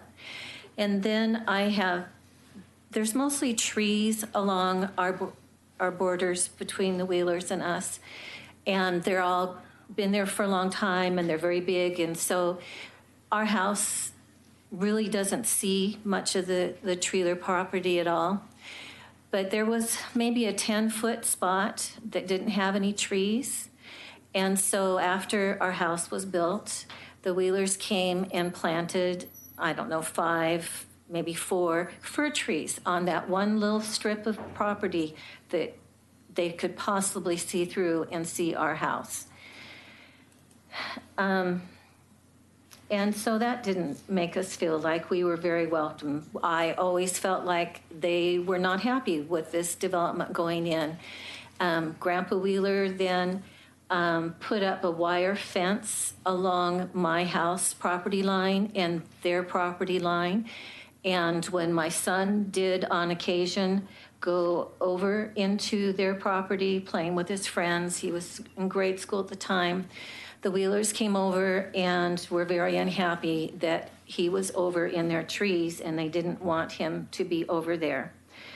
And Grandpa Wheeler had said that he was putting up the wire fencing because the people on our development at Christmas time were probably all going to come over and steal trees from them because we had spent all of our money on expensive houses and couldn't afford to purchase our Christmas tree. It was said that I had told neighbors as I went around and talked to them that they were building row houses. And I don't know where they got their information about what I said or any of my communications that I have sent out to my neighbors. But I did tell my neighbors that I had 11 lots next to my lot going down the road that are 60-foot wide lots. And, you know, that could be construed as being row houses compared to the rest of my street going the other way that all have about 100 square foot dimensions on the roadside. And I never told anyone that they were building 5,000 square foot lots. So I'm feeling misquoted and that there isn't a lot of credibility in what is being said, which I have felt also applies to the credibility on the averaging of the lots. So, oh, it's red already. You can go over it a little bit. Can I? Okay. This is what I wrote. When my neighbors voted to bring the Wheeler property into the city, it was zoned R10. Now it is being proposed to change the zoning to R8. One of my neighbors pointed out at the last meeting that since our development was built, there hasn't been another R10 development built. I think it is time for another R10 development. I believe that the change in the zoning is being driven by money, not for the quality and attractiveness of Oregon City. The city says that it wants new building to be cohesive to the adjoining neighborhoods. For our neighborhood, that would be a development of R10 to join us. The difference in setbacks makes a big difference in the looks of the neighborhood. I hope that you have driven around neighborhoods to see the comparison. The city wants a variety of neighborhoods, but since 2003 has only approved smaller sized lots. Our neighborhood is an asset to Oregon City and attracts people that support improving the city and schools. Think about the last time the school district was able to pass funding for them. We need the kind of people that our neighborhood attracts. I have spent more time looking at the plot map. I still feel the dimensions of some lots were used to qualify the development as R8. That's been talked to a lot, so I'll pass that. But I was going to say that there are 65 lots that, and I counted to make sure I was right, that are not even 8,000 square foot lots out of the 77. And then I was curious about lot 6. It's an odd-shaped lot, and I wondered what size of a house could possibly be built on that lot with the setbacks. And then we talked about lot 55 and 56 and 62, and we're told tonight that they could have a fence, but can they have a play structure, a shed? Really, I think we need more information on what the part of those lots that are easements for utilities can really be used by the person who purchases the lot. And lot 51, 52, 53, the bowling alley lots, we were told at the last meeting that the back section of those lots is not usable or buildable because of the topography. Well, then why was that included in the size of the lot if whoever buys it cannot do anything with them? And I have no idea how steep it is, but I know I own the property behind my lot, all that property over behind Orchard Grove, and I know that it's pretty steep, that, you know, the kids can't even go out and play on it. Okay. Then the transportation engineer report says that Orchard Grove Drive will now be a principal new street. We are concerned about how much traffic will increase on the street and the speed cars will drive. We can hear the cars speeding on Central Point Road, especially at night. The plan is that Orchard Grove Drive will help take new traffic to ease congestion on Central Point. If you have driven Orchard Grove Drive through our neighborhood, you will see that there are a couple curves in the road that make it not suitable to be a main arterial street for traffic any heavier than what currently uses the road. Are you just about done? Yes. Yeah, she's close. Okay. I hope you have driven Central Point Road, and as you were driving, you were attentive to the bumps in the road as you were driving. When the transportation engineer calculated the trip generation, it is based on 77 homes. Are the 77 homes added to the 41 homes already started being used for the calculations? On the entire piece of property that is being developed, it will be 118 new homes with 2 developments. The report also says that the new homes will produce 57 additional peak AM car trips and 76 additional peak PM car trips. Most families have 2 cars and most families have 2 working adults. I can't agree with the estimated additional amount of traffic. At the last meeting, it was said that in the plot map, there's property that is not being built on, so the Wheelers have a buffer between them and the new development. Why not build a premier development in Oregon City that the Wheelers and the Hazel Creek Farm neighborhood welcome as neighbors instead of a neighborhood we don't want to be a part of? Many people have fond memories of the Wheelers and the Tree Farm. Use the Wheeler property as a neighborhood that represents the Wheeler family well. Thank you. Okay, thank you. Alice? Ms. Hayden, come on up. Alice Hayden, and I live on Orchard Grove Drive. And when Oregon City voted to bring this development into the city, we accepted a traffic issue that we already had. So I'm not going to speak to the traffic one because it doesn't make any difference R8 or R10. It's still going to impact the traffic. And I am a mathematician, so I totally agree the average meets the minimum requirement for R8, but you have the discretionary choice not to go with that. I don't think we would be here today if those were all 8,000 square foot lots or bigger, that there wouldn't be an argument. But the thing that we're kind of asking for is that you keep it R10, not make it R10, but keep it R10, so then it will be an R8 neighborhood. And I'd also like to know how to file something so that you work on making the rules different for now for the R8, R6, as Mr. Espy spoke, and say 90% of the lots have to be a minimum size of R8 or 8,000 square foot if it's R8 or 10,000 if it's R10. And I just learned today why ours are all 10,000 square foot because the law was different back then. And again, talking about as a mathematician, when you talk about the density of the neighborhood, you have to think about those 3 lots are throwing off the density also. So you're really not comparing apples and oranges.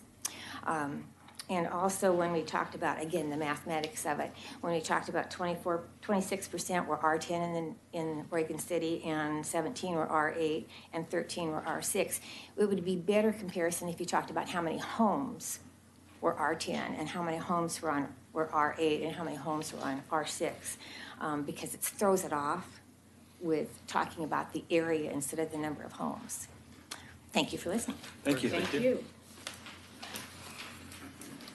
Is there anybody else before I call up the applicants? Come on up. You can fill out the slip afterwards. Yeah, I said that at the beginning. I did, and I set it up here earlier. Oh, fantastic. Okay. So I'm Andrew Richter. We don't have it though. I sent everything that I, unless it fell. Your name for the record? Andrew Richter. Okay. And All right. I can fill out another Yeah. one. All right. May it fall down. Oh, there it is. Thank you. So I'm just going to bring up the ethics of it. Right now we are discussing whether or not we should go R10 to R8. But everything that's been proposed is R8 from the beginning. So to approve this transition means you approve of having the wool pulled over your eyes. It means that you approve of only going halfway. If I said I'd pay $100 for something and I pay 80 of it and I only intend to pay 80, would you really allow me to continue with the transaction, or do you hold me accountable to 100? Hold them accountable to the R10 that they agreed to. It's purely ethics and it's purely the mathematics. Do not use this as a simple mathematical transaction. It's starting to sound like Trump math. Thanks. Thank you. Thank you. Oh, nope, nope, please don't clap. It was her son. Yes, I know. Okay, anybody else? I'm going to call the applicants back up for their rebuttal, if they'd like. I suspect they do like. I think they like. Chair McGriff, we'd like to request a recess for a few minutes, if that's all right. Before we prepare your rebuttal. Yeah. It's up to the commission. 5 minutes. 5 minutes? Yeah. Thank you. Okay, It's we're gonna, anyway to right, hit we're the gonna restroom. recess for 5 minutes. I'll set the timer for 5 minutes just so everyone knows too. Okay. Is that time averaging? Chocolate cookies in the back? I think it might be. I'm getting some, I need mints. I'm getting some Would you water. like a mint?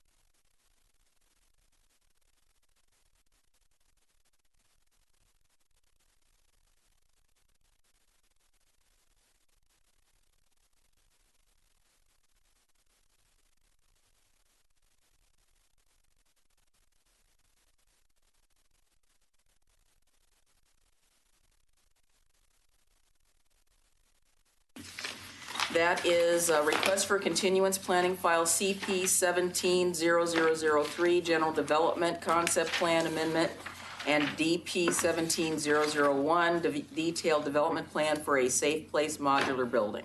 I move that we continue CP 17003 and CP PP 17001? DP and CP. DP and CP. To a date certain of November 13th? Yes. I second it. Of what date? November 13th?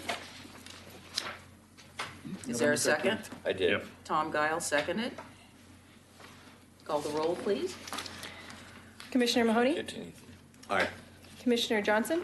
Aye. Commissioner Espy? Aye. Commissioner Maybe? Aye. Commissioner Guile? Yes, I mean, aye. Chair McGriff? Aye. Motion passes 6-0.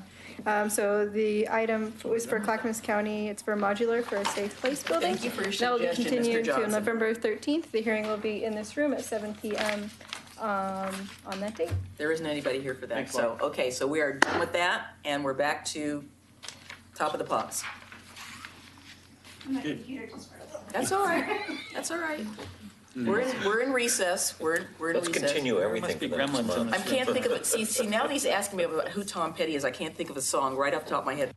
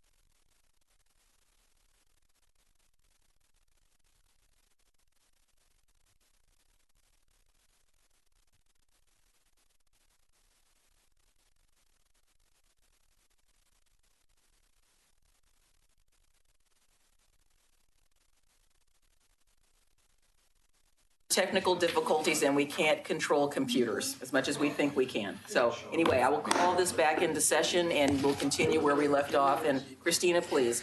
And I apologize. The email from Rick Fernandez to myself dated Wednesday, September 20th was inadvertently left out of the record. And I'd like to add that as Exhibit 4 tonight. You've been provided it. The applicant's provided it. If anybody from the audience needs a copy, I can hand it.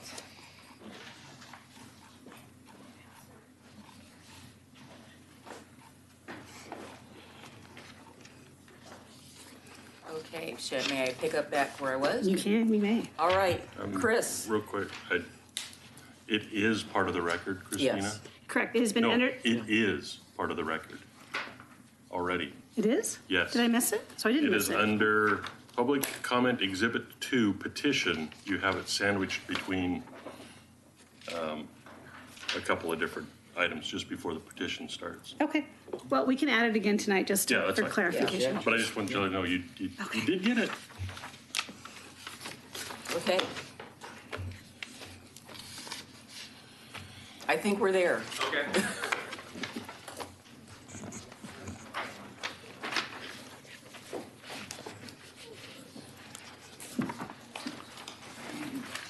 Good evening, I'm Todd Mobley with Lancaster Engineering. I'm the traffic engineer you've been hearing some about this evening.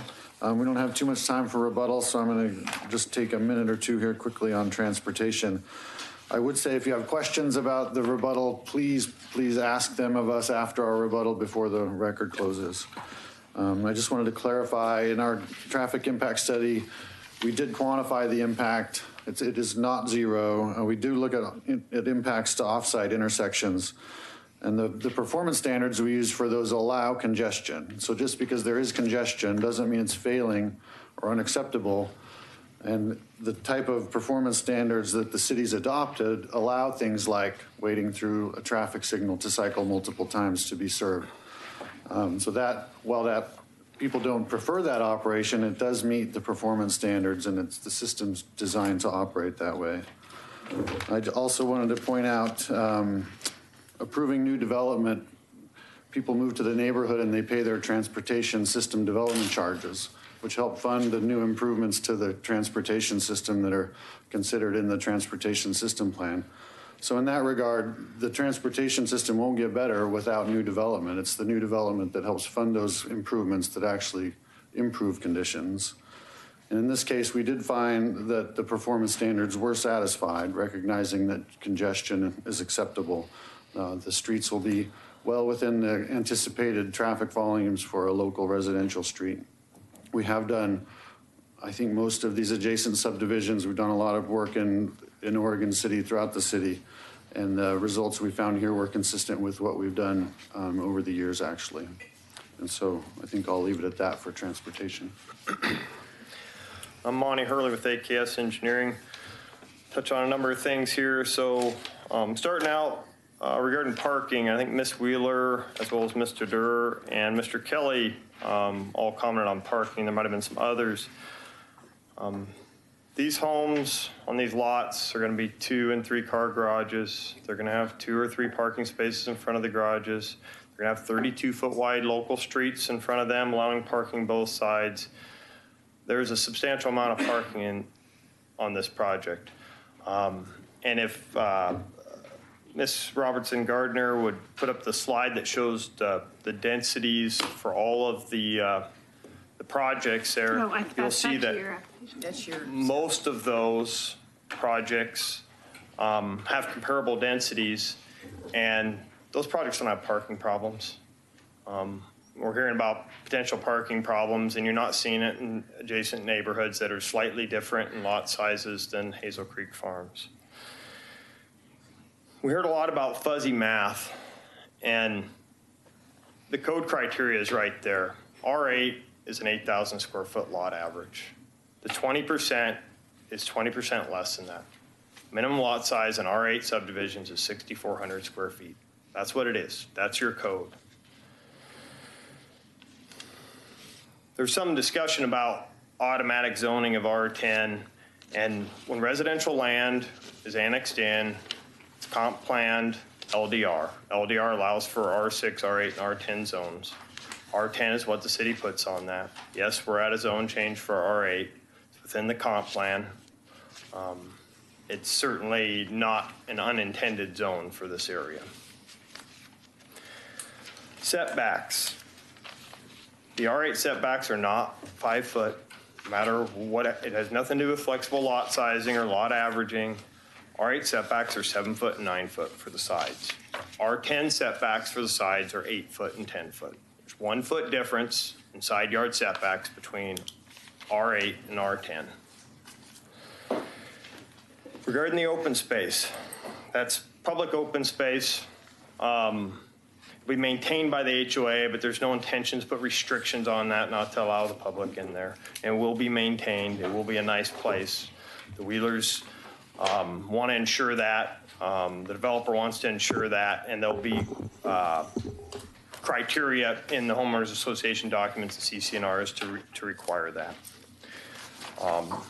I'd like to say, I've been doing work out there in this area for almost 20 years. I knew Dave Wheeler Sr. It really bothers me what I've heard some of the folks and the neighbors say about him. There was a lot of reference to ethics and integrity. And the Wheeler family, nor Dave Sr., Dave Wheeler Sr., none of them have opposed other developments here. None of them opposed zone changes. They were here before any of those folks. And for them to be criticized is unbelievable to me. I worked on most of these surrounding developments that these folks live in. And Dave Sr., I knew him a long time. He didn't oppose those projects. He welcomed those projects in. And now it's time for his property development and the Wheeler family property to develop. And it's getting opposed by everyone else that came in after he did and after the Wheeler family did. And that's just unbelievable to me. Real quick, heard a lot of different things here this evening. Primarily what we heard was,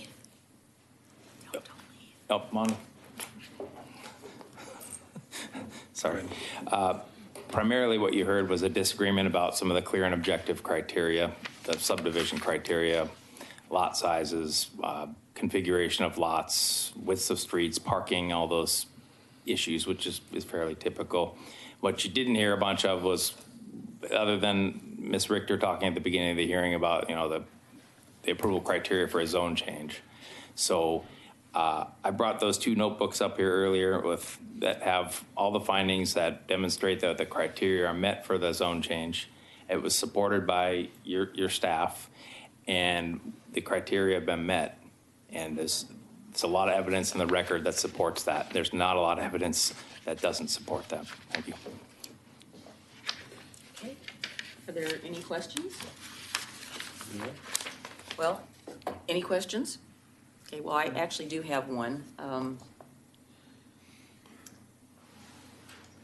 So let me ask this from a devil's advocate point of view, Monty, and again, hopefully this is not going to bother you, but so if the lots are closer to R6, why didn't you guys just apply for R6?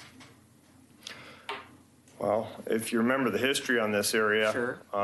We looked at going to R6 on some adjacent properties, and the Planning Commission and the City Commission didn't feel R6 was appropriate. They felt R8 was appropriate, which is why you see the surrounding properties zoned R8. So we could have came in here and played a game and went for R6 and tried to settle on R8. Instead, we showed you exactly what we wanted to prepare, what the Wheeler family wanted for their property. Okay. And then I think I asked this question before, but I'll ask it again. On the lots that are adjacent to Tolstrup Drive, you have 34, 35, 36, 37, 38, and 39. And I just did a quick sketch. I know this is not part of the approval criteria, but it seems to me there's been a lot of testimony about having R10 bump up to R10, and I just created 4 lots out of those so that they all match the R10 that they were abutting. What's your question? That's my question. I didn't understand the question. I didn't hear it. I said, basically, I took 1, 2, 3, 4, 5, 6 lots and made them 4 lots so that they would abut the R10 that's adjacent to the R10. And somebody asked it that last time, had you considered doing that to make them more compatible? At least on that end. So your question is, had we considered it? And the answer is no. And the reason is as we've been developing, working on developments a long time, and we don't see a large difference between a 7,900 square foot lot and a 10,000 square foot lot. And we've heard a lot of people say that there's a huge difference, but I know a lot of good people that live on a lot smaller than that take care of their lots and they look nice. And I don't see that those lots devalue the R10 lots or any other reason. So that's why we didn't do that. I wasn't We didn't suggesting consider that it. they were devaluing or anything of that sort. I mean, you're not going to be building the houses. You know, what generally happens is you have a smaller lot and they build a house that practically fills the whole thing. So most of these have, you know, what is called, at least in some of the circles, is that snout houses, which garage faces the street and you whip your garage door, you know, so you've got all that sort of garage issue. Okay, just, again, it was brought up a couple of times and I said, well, yeah, that might go a long way to make this a little more. One thing with respect palatable. to the snout houses, if I can, Yeah. is that the R8 allows you to go a little bit closer with the front of your house, so you Sure. would have the opposite of a Sure. snout house. Yeah. If at R20, it would be required, or excuse me, R10, it would be either flush or a snout house. Yeah. So, I mean, I guess that was the concern that I had with some of the lots. They're about 32 foot wide at the front, and they don't only widen a little bit as you go down them. And if you have a 7 and a 9 foot setback, and you've got, a 32 foot wide lot, you've got a 16 foot wide house for a fair distance down that. So you're looking at, railroad cars, and I'm talking about. Skinny houses? Yeah, I'm talking about some of the ones that are along that cul-de-sac on the top. yeah, if you're talking about not the cul-de-sac, maybe you're thinking about the eyebrow for. I'm sorry, yeah. Yeah, so some of those houses will be pushed further back. It's just a geometry issue to be able to. Can you tell me a little bit about the modifications that you guys are requesting? Sure. Yeah, you got modification 1 under 120407. Right, so Yeah, I can switch. that's the second one. I'm not sure which one there was So two. you're looking at a pedestrian access way has to be provided every 330 feet if a block exceeds a maximum of 530 feet. The island block created by extending Skellinger Way at Tolstrup Drive through the project between Hazel Creek Drive and Planning Extension of Orchard Grove Drive exceeds the maximum block length, standard of 530 feet, plus or minus 26 feet, 556 feet. So you guys have to do that because. Well, it's something we have to do. It's something we discussed. We had a pre-application conference with city engineering staff, city planning staff, variety of other service providers, and just recognized that this block length was a little bit long. But is it appropriate to put another street through there, or a pedestrian access way? And we looked at sort of out of direction travel, and it really didn't. It didn't solve that. It's not that long of a block, so it was slightly over, so we didn't think that another street there really helped anything. Okay. And to add to that, I guess the street geometry was kind of dictated by Orchard Grove Drive. Moving that further to the north, those lots, it's already over 110 feet from the urban growth boundary line. So that Orchard Grove Drive location is somewhat fixed due to the street stub location, urban growth boundary. And Hazel Creek Farm Drive to the north was also set by the Hazel Creek Farm subdivision. So that slight additional length just didn't seem to warrant another street. Okay, and then there was a mid-block, you guys did not want to have a mid-block pedestrian connection through the blocks exceeding the maximum spacing of 530 feet? How come you guys couldn't do that? I'm not saying we couldn't, we just didn't think it did not provide a much shorter out of direction travel for pedestrians. It was slightly shorter, so. Yeah, because I know that, especially with the subdivisions with the blocks this long, it's a real pain to have to walk all the way down a block if you want to walk, transverse a subdivision, and you can't because there's, just a big Can't go that way. block of houses or whatever. So, I mean, I guess what I'm trying to get at is that, you know, if we're going to ask for, you know, a reduced or, you know, a reduction in the zoning and all that other kind of stuff, I would like to see other types of amenities that, like pedestrian circulation and other kinds of things that, you know, people benefit from that, you know, to, as sort of maybe a quid pro quo. I don't want to use those words, but as, you know, in exchange for, you know, a reduction in lot size and a reduction in, and an increase in number of lots and the changing in zones. So I guess what bothers me a little bit is I'm looking at all these modifications in addition to the zone change. So I don't know how to, I'm trying to reconcile that a little bit, I guess. Yeah, I guess if you want, there's not a lot of modifications. There's two, and if I don't know if you want to speak to, did you want to talk about the other one too? I guess jumping back, if that's a major issue in the commissions, you could condition a PED connection through I think there. that's, I mean, that's. So. Do you want one there? Well, I mean, I think it should be one. I think there should be one there either way. I mean, I don't care what zoning it is, that there should be pedestrian connections there. But I'm just, cul-de-sac has been defined 5 with 5 setbacks, planter strips. Okay. Yeah. Go back, sorry. Just, I'm trying to guess what slide makes, sorry. I'm sorry? I'm just trying to follow you with a slide that makes sense, I apologize. Yeah. Okay, I think that's all I've got. Okay. Any other questions? What was the other modification? There's the pedestrian and the, what was the other modification? The separation of roadways or the roadway length? Roadway Yeah. length. It was the cul-de-sac was the second one. the cul-de-sac. Yeah. Yeah. Thank you. Yeah. Okay. Bob, please. What assurance does the city have on the width of these lots that it's going to enable adequate off-street parking, which if those streets are cluttered, is going to affect public safety? Kids darting out of between cars that are parked on the street, speed lanes, things of that nature. I know it's kind of it's not vague because we're dealing with public safety here, which has to do with traffic, which is related to on-street parking. You follow me? If you're asking, is there an assurance there be off-street parking for each lot? I'm not asking for an assurance because I know you can't give it. But what I'm asking for is the design of the lot in terms of width and setback from the street. Mm-hmm. Is it going to be adequate to provide off-street parking? So, and if it's not, then the alternative is for on-street parking. And on-street parking is going to affect public safety. Okay, well, I'd suggest, of course, there is going to be adequate area for off-street parking. You mentioned three-car garages. There could be 2 and 3 car garages, sure. On a narrow lot? 60-foot wide, yes. And those houses will be designed for that?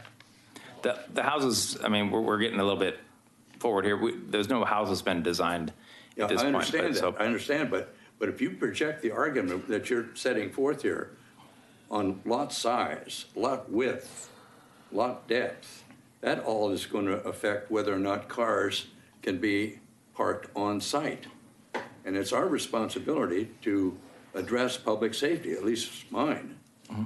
And if we can't be assured that there's adequate off-street parking, then those cars got to go somewhere, and they're going to be on-street. And once they're on-street and they're up and down that street, it's going to affect public safety because sight distance clearance, things of that nature. I haven't heard an adequate explanation applied to that.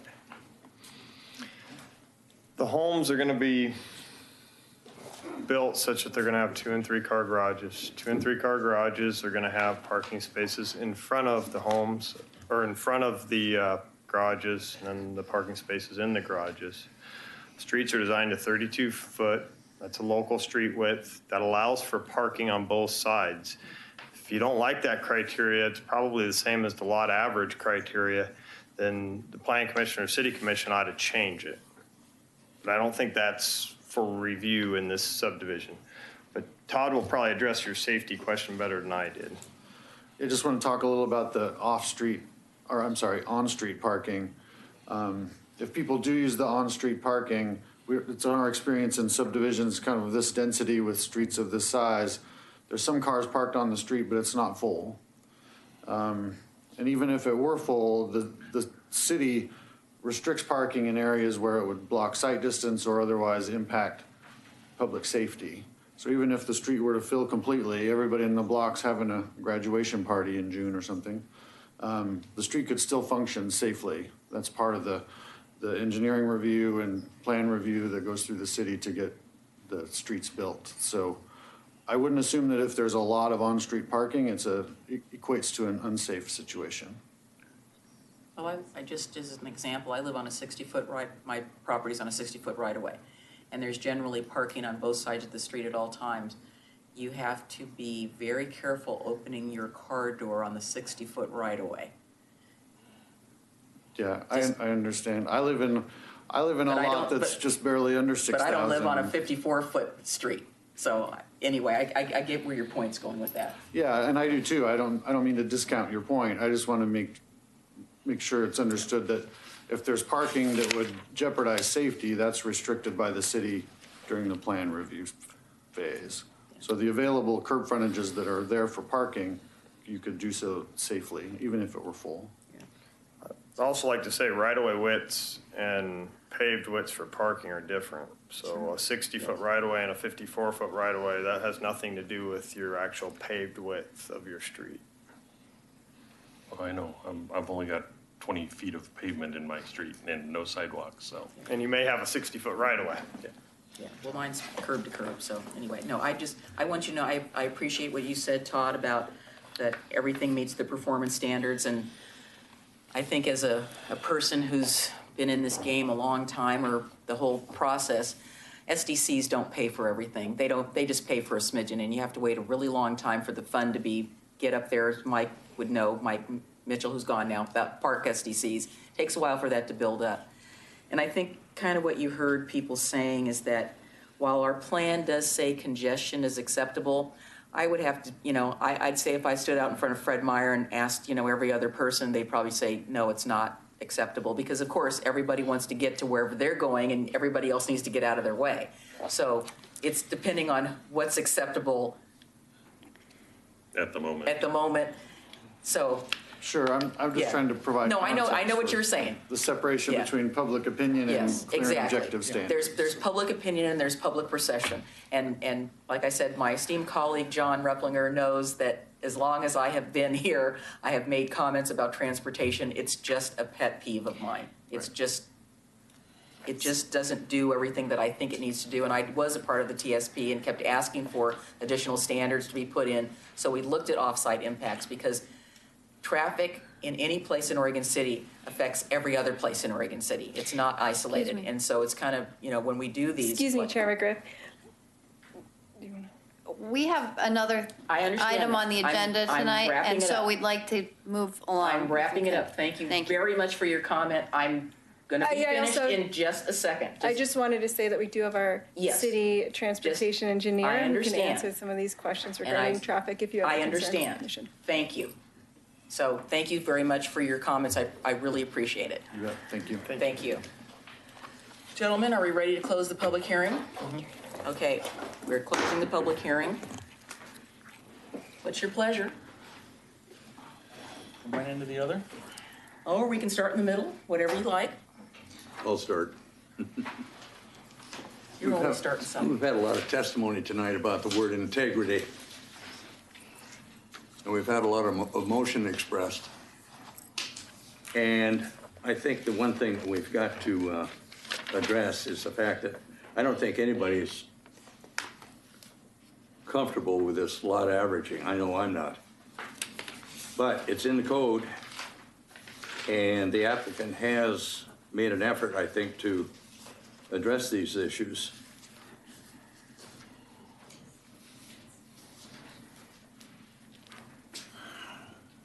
I'm going to respond to the integrity of the code, because I think that in the long run, that's all we have to rely on.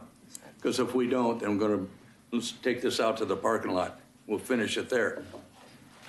So let's rely on the code, and I'm going to reluctantly support this for the sake of the city and its standards, but I'm not satisfied with our standards. I understand the testimony from the residents, and I side with them in that regard, but I still think that our code is paramount in our decision-making process.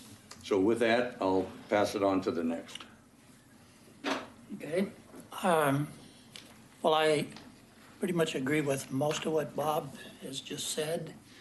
And the code, yeah, we are frozen with the code that was in effect when this application came forward. And it's processed its way through the system, and here it is today in front of the Planning Commission. Lots of suggestions from neighbors and different people as to what they would like and what they thought it would be and all that. If we're going to allow that, we have to go back and change the code before we can make a decision on it. And that's not fair to the applicant, where all the other applications in this same general area of Oregon City has been annexed as a R10, which is a holding place, and have to date successfully changed the zone to R8 on each and every one of them. So with that as a background, I would support this position, or support this application. Okay, well, I understand that TSP allows for additional traffic to go into intersections that are already close or at failure.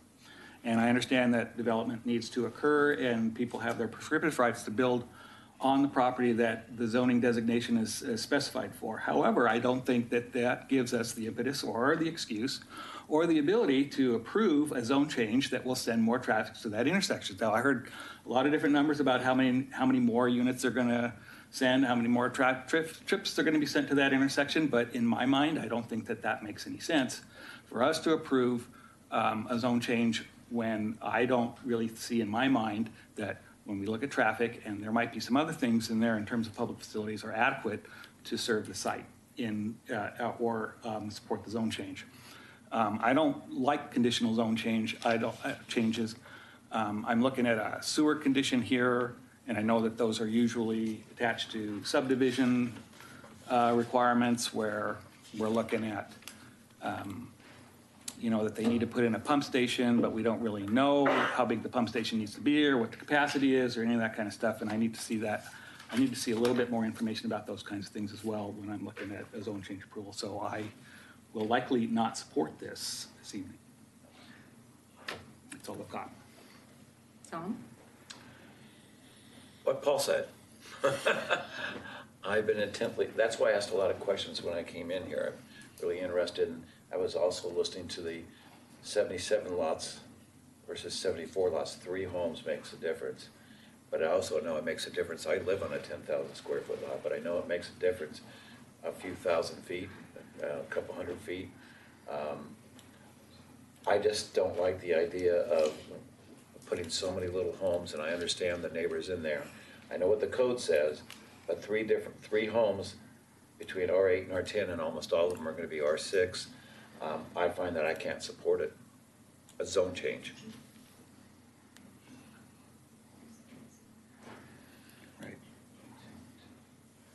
Done? Yep. Okay. All right. Well, first, the one thing I was glad to hear is nobody objected to the fact that they're building there. Some of these subdivisions, no, don't build in my, and it's like, no, okay. Everybody understands that there will be houses there no matter what the zoning is. Thank you. I guess the thing I'm hanging my hat on about this, first off, generally I don't have a problem with the R8s. I don't really have a problem with the modification they want for the cul-de-sac. I mean, with PG slamming lines right through the middle of the place, you gotta kind of be a little creative. What I do have a problem with is how the R8 and the R10s are abutting each other. And on 2 different sides, this proposed zone change is R10. And it just seems to me that just as what happened with Ed's Orchard, where part of it was R8 and part of it was R10, that Skellinger Way is a natural divide between the neighborhoods and the livability of the neighborhoods. There's a few lost lots, but you know, how this pencils out economically is irrelevant to what we're doing. If they want to build a McMansion, they can do that. It just, in driving around the neighborhoods and driving around what little bit of Ed's Orchard I could and looking at how the lots were laid out, how you interact with your neighbors, front, back, across the street, is a direct livability issue. And since Carrie always wants a criteria or whatever, I'd go to 17.68.020A, which says, references the proposal shall meet the goals and policies of the comprehensive plan, and goal 2.4 of the comprehensive plan, that says you have to be concerned about neighborhood livability, which is an interpretation that is discretionary, I guess. It can be looked at in a couple of different ways. And so that's my thought about this. I do kind of agree that the longer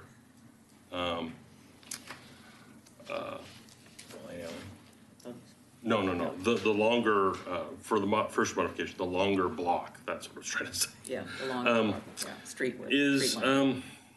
it's only less than half of a lot, no matter which R you have it at. Longer than is necessary for, or that kicks in the requirement. So I don't think that's necessarily a big thing, but if it were R8, there's that many more people trying to get around the block, so having a cross connection might be better. Let's see, boy, it's hard to write down notes.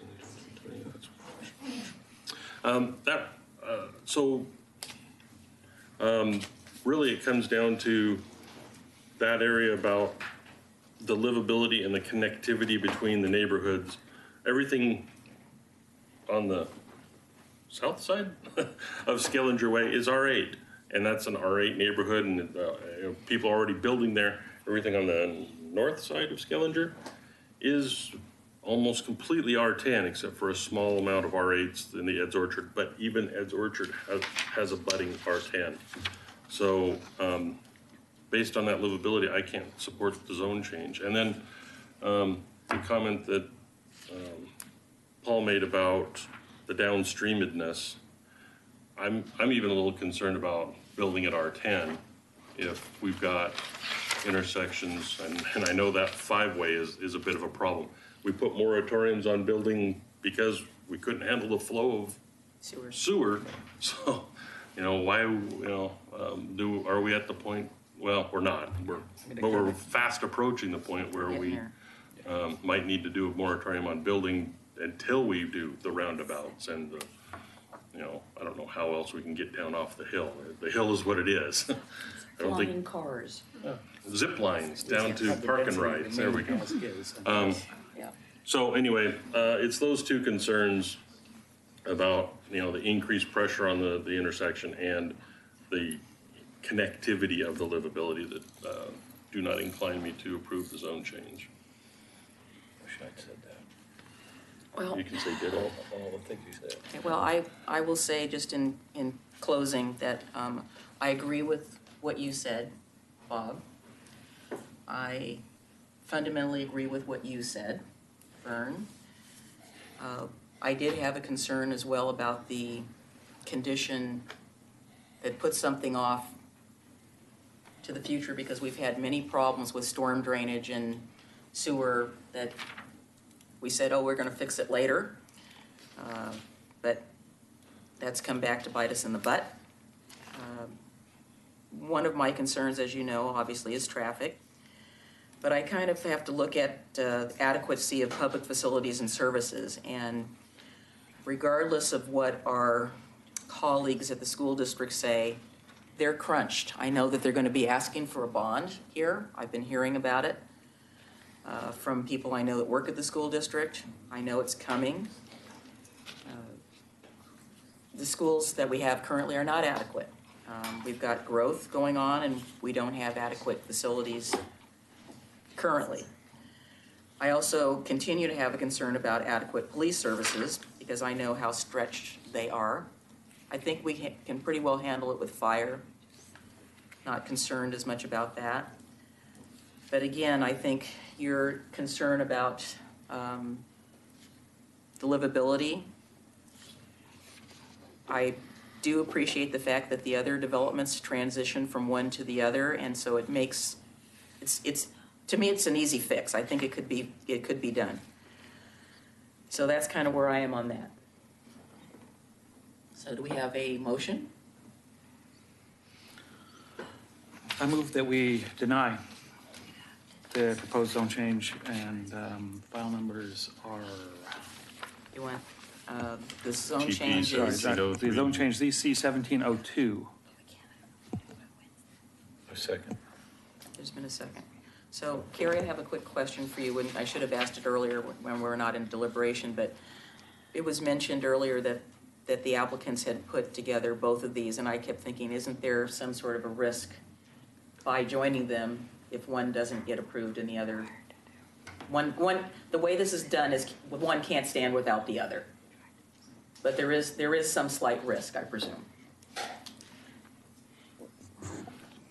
Well, I mean, there is risk, but they were, there's also a benefit too, because Yes. they don't have to go to Luba twice. Right. I mean, so there's a benefit to consolidated review as well. Right, okay. So Perfect. they requested Okay. it. though, Yes, they didn't they? requested it, yes, okay. So do we The need, city so we have a motion- required yeah, so the you applications be married together. Yeah, you answered the If you question, turn them in Carrie. at the same time. Okay, so we Otherwise, have- you'd wait till a notice of decision for one. So we have to apply for the a other. motion and a well, second? just a second, a clarification. His motion was just about the zone change, ZC 1702. Do we need to add TP 1703? or do No, we the need to do a subdivision should second? go forward. They can't. The subdivision can't go forward, it doesn't meet the R10 zoning. So then they would need to come back and. Right. But before you make a motion, I'd like to talk a little bit about They've already done procedure. There's a motion and a second, we're in discussion. Okay, excuse me. The 120-day expires right now on November 7th, and it's looking to me like this is going to be and the motion on the table is a motion to deny the zone change in subdivision. We don't have findings for a recommendation for a zone change denial. And in order to draft some and get them to you in time for the city commission to have an opportunity to consider, the city commission has to have 2 meetings because they have to adopt an ordinance by 2 readings. Right. So we need to get this on the agenda for the city commission meeting 1 week from this Wednesday, so the 18th. If it is amenable to you, I propose that we scramble, get some findings, and you allow Denise to sign off on them outside of a public meeting, and they'll reflect what your discussion was with regard to traffic, with regard to public facility adequacy, neighborhood livability, and comprehensive plan policy 2.4, and Goal 2.4. school capacity. So that's the only way we can make it by November 7th. We can't come back before you for another meeting. If We that, just don't have time. if that's okay with you guys, So we it's don't okay get with to us. vote? Or me. Yeah, we No, do no, get to we're vote. voting. She's suggesting that the motion be amended.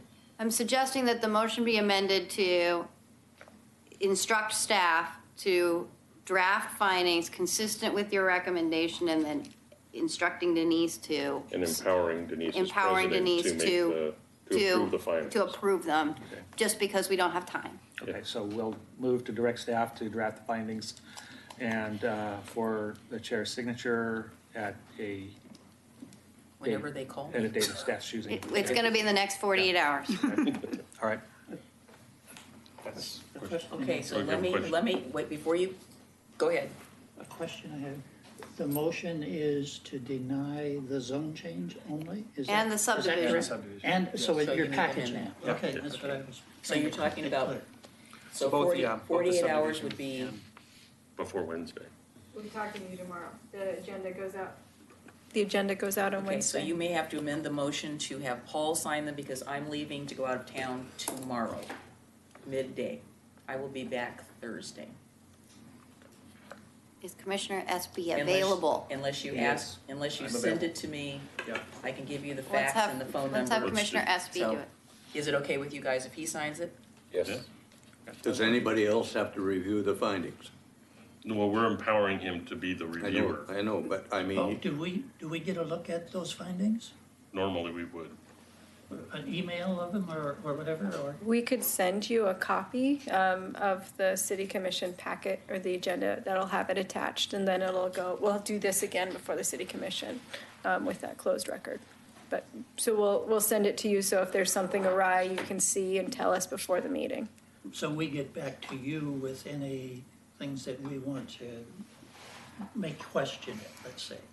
We'll give you the final copy as determined by Commissioner Espy as the vice chair of Planning Commission.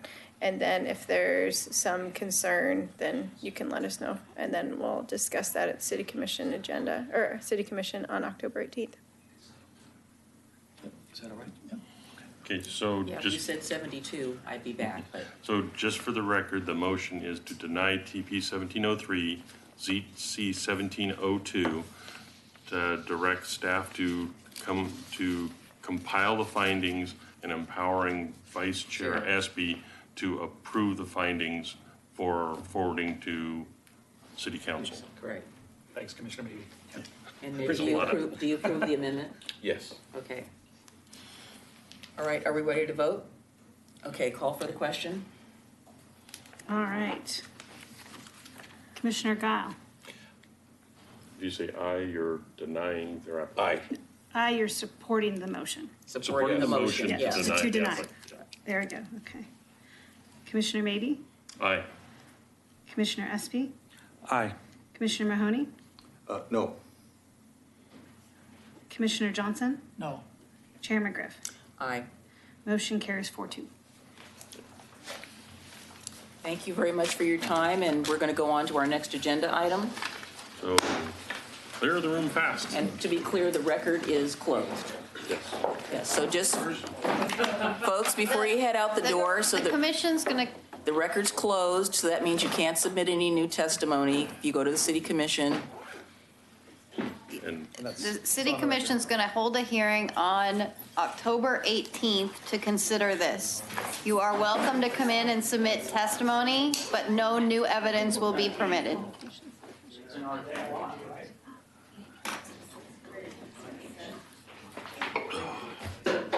would somebody push the door closed? So if you want to stand out in the lobby and chat, that'd be great. Thank you so much. Thank you.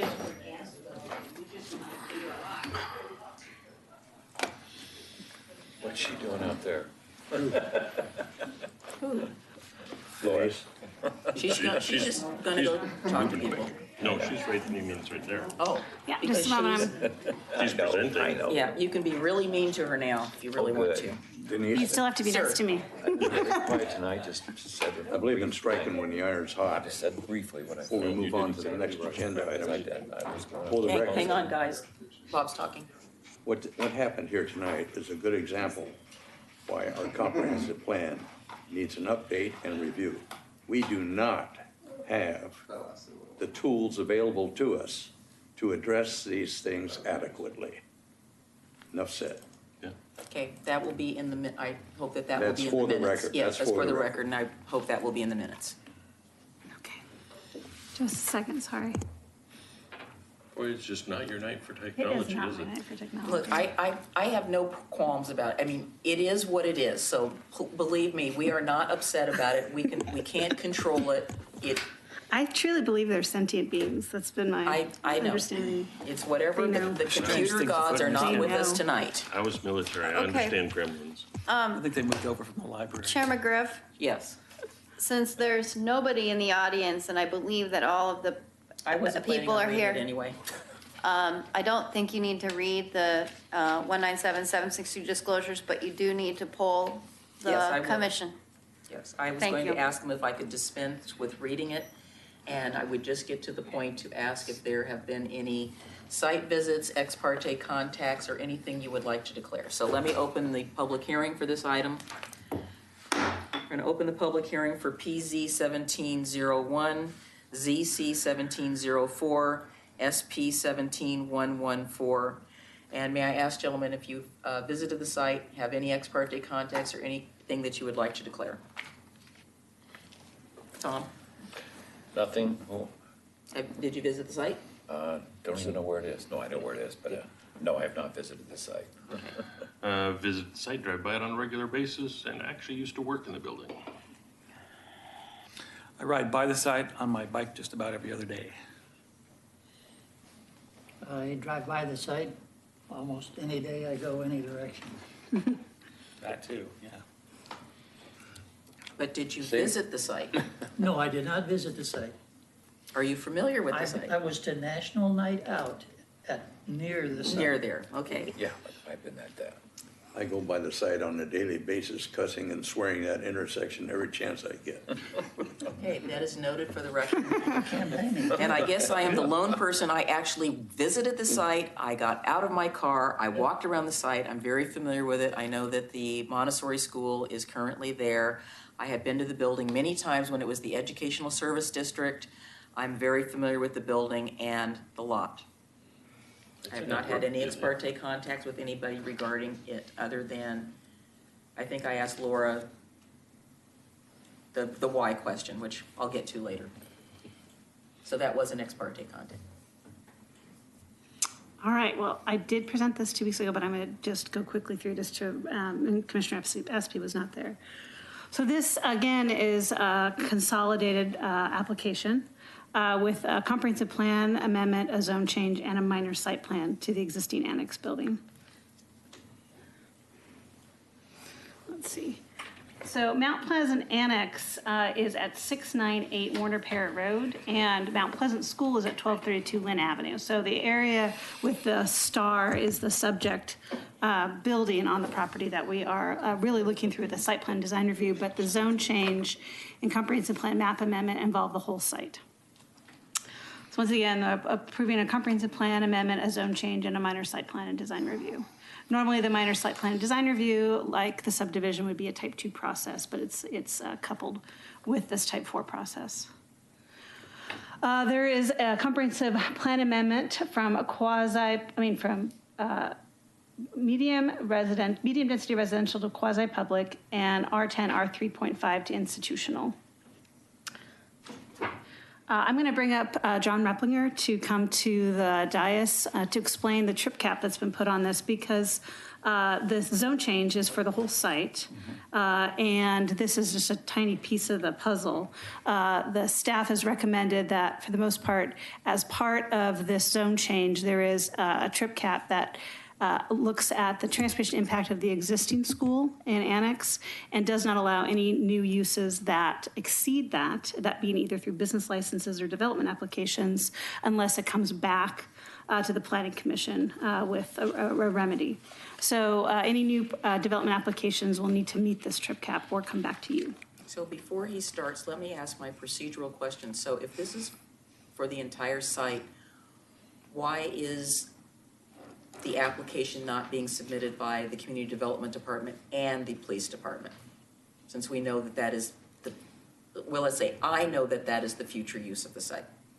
Why is this not a joint application? I'm going to let the applicant speak to that. This is my rule of staff. The owner is the City of Oregon City, and that is what is the applicant on my end. Okay. So the planning office acts as the applicant's agent, I guess. You're acting as the applicant's. As planning staff here, we looked at the owner, which is the City of Oregon City. Yeah. And at that point, we received signatures for that application. So I'll let the applicant give the background of the existing and the potential upcoming development application at Mount Pleasant School.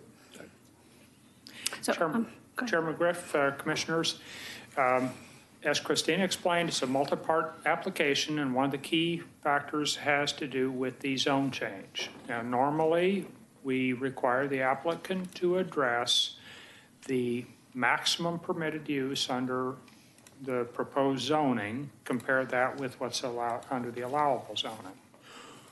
We have on numerous occasions within the city allowed a trip cap to be used, and in this case, we're establishing the applicant has proposed, city staff recommends the imposition of a trip cap that corresponds with the prior use of the site, meaning the elementary school, which had 46,000 square feet and produced, on calculation, 238 AM peak hour trips and 143 PM peak hour trips. By using that as a trip cap, we feel that we are abiding by the no impact from the zone change. Each change of use that comes forward on this 8.5 acre site will have to compare the existing uses or the proposed uses on the site with that trip cap. Currently, we have the Montessori school, which is operating at a fairly low level. We have the essentially vacant annex building operating at a very low level. When the first development comes through, which is its city office to occupy the annex, we add that to the use of the Montessori school. We come up with a calculation that shows they are beneath the proposed trip cap. If the Montessori school goes away and the police department comes on board to occupy a portion of the site, or some other use comes forward, once again, when that comes forward, we will compare it with the trip cap. As long as it stays below the trip cap, we are not facing an issue where we need to do further analysis of the transportation planning rule, which is the effect of a zone change. If the proposed use exceeds that, additional analysis will be needed. So that's the way we're dealing with the zone change. The applicant has also had a traffic analysis letter prepared for the use of the annex building as an office site. They've prepared that traffic analysis letter that addresses things like the safety at the access points, trip generation, and all of that material is included in the traffic analysis letter. There are a number of minor issues that the applicant's traffic engineer came up with. I have provided some recommendations for the implementation of certain conditions with regard to the development of the annex. So that's the overview on how we're dealing with the zone change and the site plan review, and find that the application meets the applicant's traffic analysis letter meets the city standards with regard to the analysis, and allows us to adequately judge the impact of the land use proposal. Did you go out and observe the site in its current configuration? I've been out there on numerous occasions, and I have not been there at the end of the school day to observe the Montessori, but I've seen it operate at various times over the years. Yeah, it would have been interesting for you to observe the school when it was still operating. I did. Be a little interesting. I did observe it, say 5 or 8 years ago, in part in connection with some requests by the public works staff to observe operations at Warner, Parrott, Lincoln, Lynn. Yeah. That intersection. I would say, I guess one of my questions is, you're recommending that there's a one-way in and a one-way out. I see on the Lynn Avenue, I don't see a lot of problem with people making a right-hand turn. I do, however, see a problem with people trying to make a left-hand turn out of there. Agreed. And, again, same thing. When I was at the site, I needed to, it was at a very low peak time. It was no peak at all. So I Sorry, I'm came trying to out find of the other because I didn't go out you No. couldn't go out that way. So I came out the driveway on Warner Sorry, I'm Parrot, trying to find that. and I needed to make a left-hand turn, and I realized before I made the turn, I thought, oh, I've got that curve coming around there. Luckily, it's like 10 o'clock in the morning. There's not a lot of traffic, so I was able to safely cross, but I wouldn't do that during any peak time. One of the reasons that I recommended in the conditions of approval that some of these things be dealt with, like the driveway width on Warner Parrot be dealt with at a later date, is because the expectation that there will be a roundabout. So there will be a change in the configuration. There may be a requirement imposed by the city in connection with a future development to move the site access to better meet the requirements, the design requirements associated with the roundabout, or some other improvement with regard to that operations of that intersection. Well, I hope I see that in my lifetime. I think all of You've us seen 3 agree. roundabouts appear in this city in your lifetime. That's more than I expected to ever see. Yeah, but they weren't there. So just as a quick summary of the whole trip cap thing, and I'm just doing this to be mean, things get really busy with building permits and everything. That means that the police department can't park their cars there anymore, right? Because they'll be over the trip cap and they'll just have to not use their building because we're developing so much. That's rather unlikely. I know. The, By then they'll come back for trip changes and everything. well, anyway. if there need to, I mean, there's the opportunity for the applicant to provide us with some actual data on the operations of driveways. There's, and if the traffic generated by city offices built on the site ends up being really high, and the police department comes back with a grander building and more activity, they would simply need to have a traffic engineer prepare additional analysis that included showing how they would comply with the transportation planning rule. I guess my real question is, when you're comparing your trip cap and you say the school, you're referring to when it was Mount Pleasant in a When it fun was school? Mount Pleasant Okay. Elementary School. When they had- 46,000 square foot elementary school. When they had 27 buses and 150 parents driving in and out of it. Yes. Okay. Yeah, if they ever hit that much business, we're Portland. So was the information regarding transportation taking into effect the use that's directly to the west? Because that gets pretty busy. They have a lot of activities during the week, not the Saturday and Sunday. I mean, it's pretty chaotic over there on the weekends, but during the week, they still have a lot of activities at the church. They got buses, they got vans, they got all kinds of stuff going on. Well, when we have a traffic analysis letter, we don't actually require any traffic operations analysis for the small developments. Now, whether the church, I don't recall whether the church ever had to have a traffic study. They've been there since Moses was a pup. Okay. So that's probably something that predated our requirements in the city for traffic operations analysis. Well, again, it's, like I said, it's death by 1,000 cuts. It is. Are we tracking all the trip caps? I think we've got one other We one. only have one, as far as I'm aware of. Okay. The bus barn, former bus barn Right, property. okay. So, The city of Oregon City has been relatively slow to adopt trip caps. yeah. But I have complete confidence that Oregon City can do it based on the fact that many cities are opting for trip caps. Mm-hmm. Yeah, I mean, it's weird that this is zoned R10.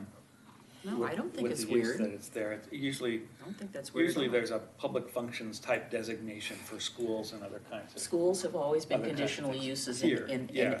any zone, pretty much any zone except for industrial. Well, no, even industrial, you can have a school. Yeah. That's all my traffic questions. Can I Sure. with almost to your start. I think you said the trip cap was for the entire project, the police station. Yes. And the annex. Entire site, not the project, But- the entire site. But the transportation study is only on the annex. Is that correct? Essentially, that's correct. Okay. Because the trip cap is for the entire 8.5 acre site, The whole property that The Oregon whole City's property owning for the future police. and- including the athletic fields. Right, right, okay, yeah.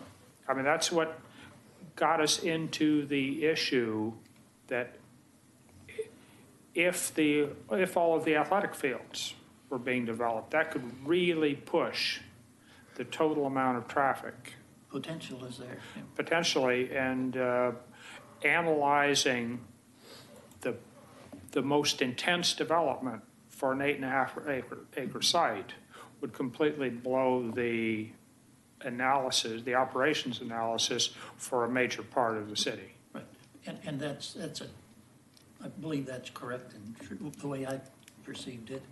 And so the trip cap isn't very much of an issue for this meeting that we're having here tonight, because the only thing that we're talking about is the annex. That's correct. So we don't want to get tied up in knots over the trip cap for this annex building, because that doesn't look like we would exceed the trip cap for this one building. You will not exceed the trip cap. We've already done the calculation that the existing Montessori school plus city offices in the annex is below the trip cap. Each time a development comes forward on this 8.5 acre site, the applicant will have to go back and compare. And the minute they show that they'll exceed the trip cap, there will be a further analysis required. Okay. It does not absolutely preclude further development. It precludes further development unless they come back and prove that it has acceptable implications and mitigation. And the mechanism for that is a CUP, conditional use permit, or? Well, each time a building permit even comes forward, it'll be tracked in multiple ways, either in terms of a land use action or a building permit. I have a traffic question, so I guess I have an applicant question. Okay, well, Okay. hold on. I'm here for the duration if it comes back up. Yeah. Okay, I'll just finish through this pretty quickly, just to get us all in order. This shows the minor site plan, for the most part, is just a new skin of the exterior, and then the two entrances are in a sense, there was very under-designing of the entrances of the previous design, so this, through the minor site plan, really emphasizes both the, parking lot elevation and then the elevation that faces the school. Please tell me it's not going to be black. It is, it's dark gray. I really, again, I submit to you, we're gray, gray, gray. Why do we want to have a gray building? And I guess Our whole thing is gray. I'm disappointed with that. It's neutral. But no, it isn't. And unfortunately, I have to give the same staff answer, which is, it's not a criteria for our approval. I don't care. I'm a citizen. It's my building, damn it. I don't want it to be gray. The other piece is some revisions to parking stalls, 2 removed and 4 new parking stalls added. As we've reconfigured that elevation that faces, there we go.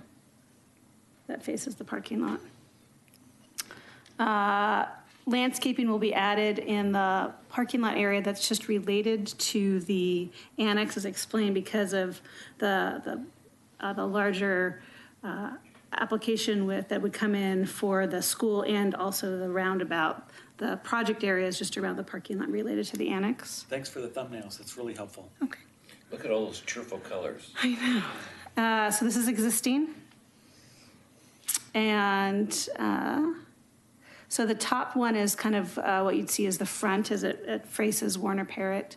And then the rear, which is also an entrance as well, that faces the school. This is the new layout. There's new windows. This is opening up some additional lighting. And once again, emphasizing entrance. This shows the side elevations.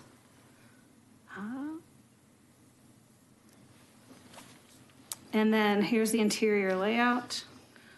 This is kind of a center corridor, front counter, staff area. This is our existing bathrooms, and then these are conference areas, and then this is the existing some gym area that's not part of the new community development offices. Can I ask where the front door is on that one? Sure. This is the most people will enter here, but there is also an ability to enter through So this they entrance walk too. by all these other people's desks to go to the reception? No, actually, this Oh, those are area. bathrooms, you're right, I see Yeah, them. yeah. I see the. So you walk walking by through, you stalls. can either walk through this way, either north or south, and head to the entrance counter. These are doors here that go back into the staff. And just real quick, where's the school?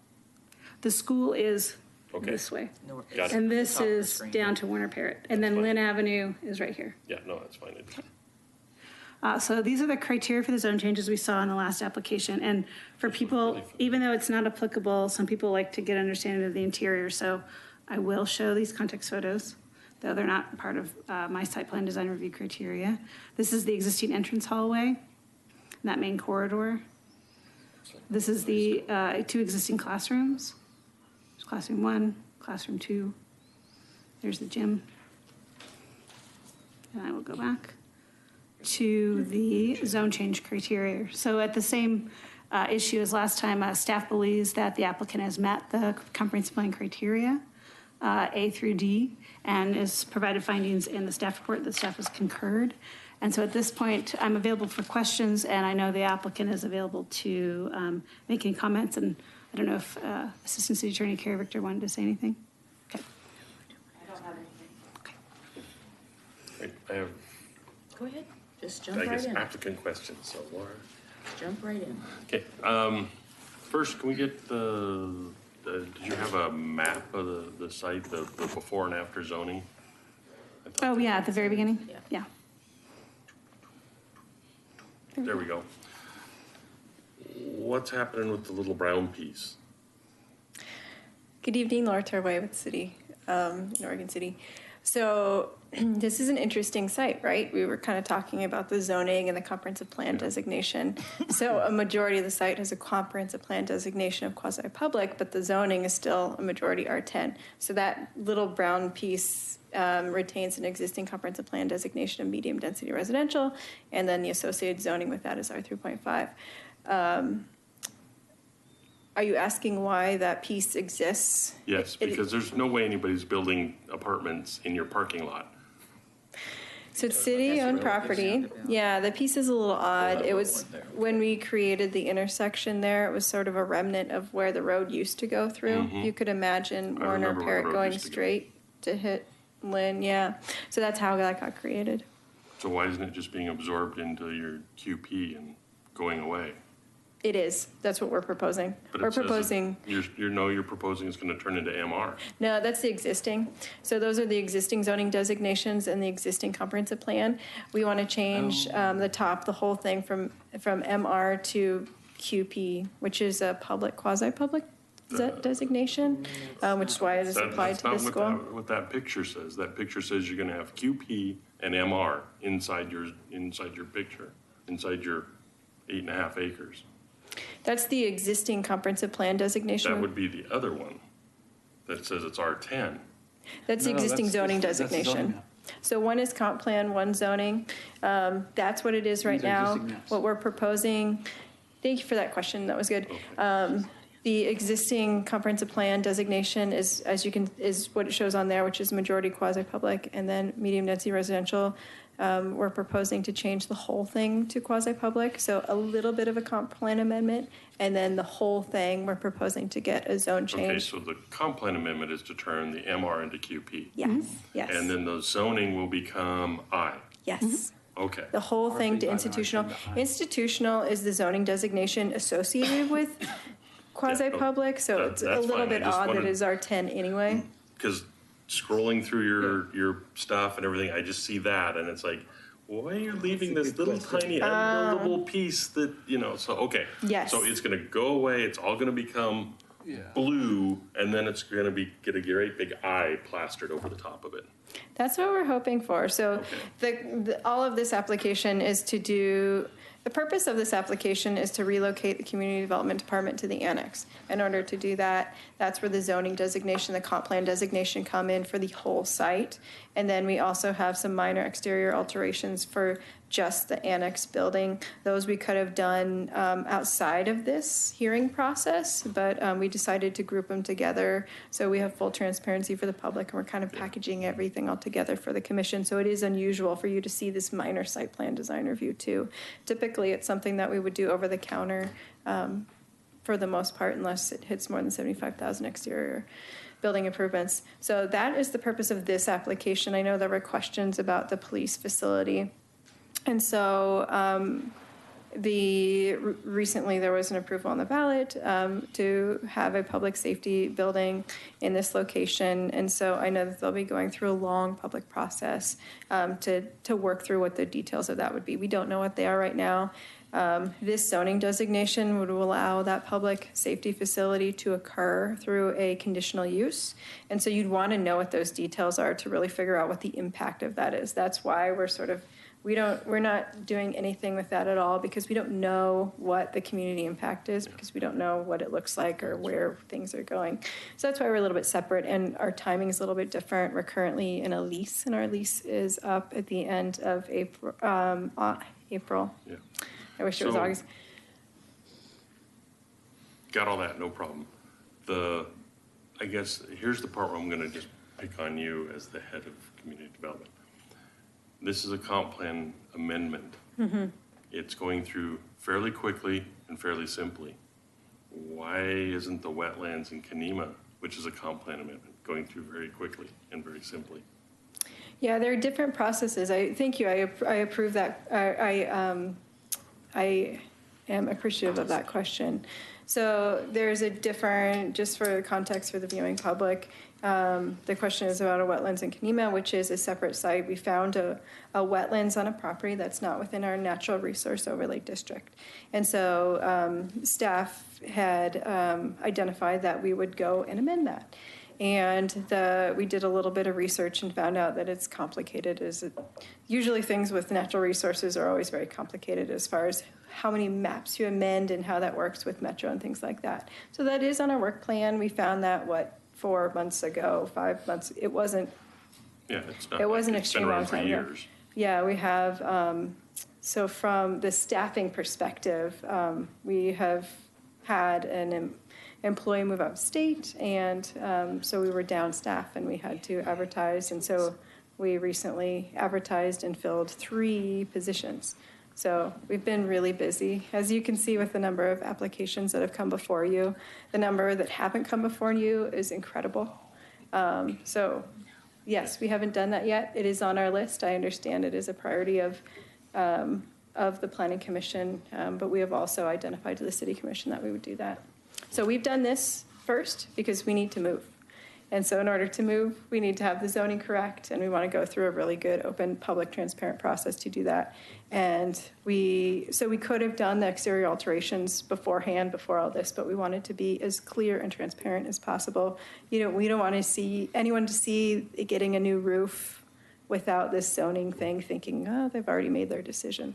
So we really want to be open, and that's why we're here today. Well, let's just put a condition on it that says that we will approve this subject to getting the wetlands thing at Kenema complete. There we go.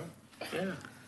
I would encourage you as an applicant to stay clear to the actual approval criteria and have that little nexus there. So let me ask you this question. So I understand that in the R10 zone that you can have a police facility, but I don't see anything in the R10 zone to allow for offices.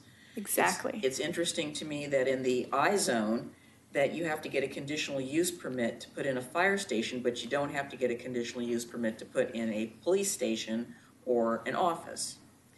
So I submit to you, why are you requesting this comp plan amendment, since it's the most extreme application that we have, and the bar is very, very, very high. So that's a great question. So are you specifically talking about the comp plan designation or the zoning as well? Both, because the institutional zone is, I'm going to make an opinion, so you don't have to listen. She does, but you don't. It's far more liberal. Most of these facilities are adjacent to residential areas, and I don't see anything that's being done within the zoning code for this zone to allow for community livability, making them, fit into a setting that they're surrounded by residential, that they don't look institutional, those sort of things. Yeah, so the reason why we're doing this proposal is because we want to move government offices there for community development into the annex, and it doesn't fit in the R10 zoning designation.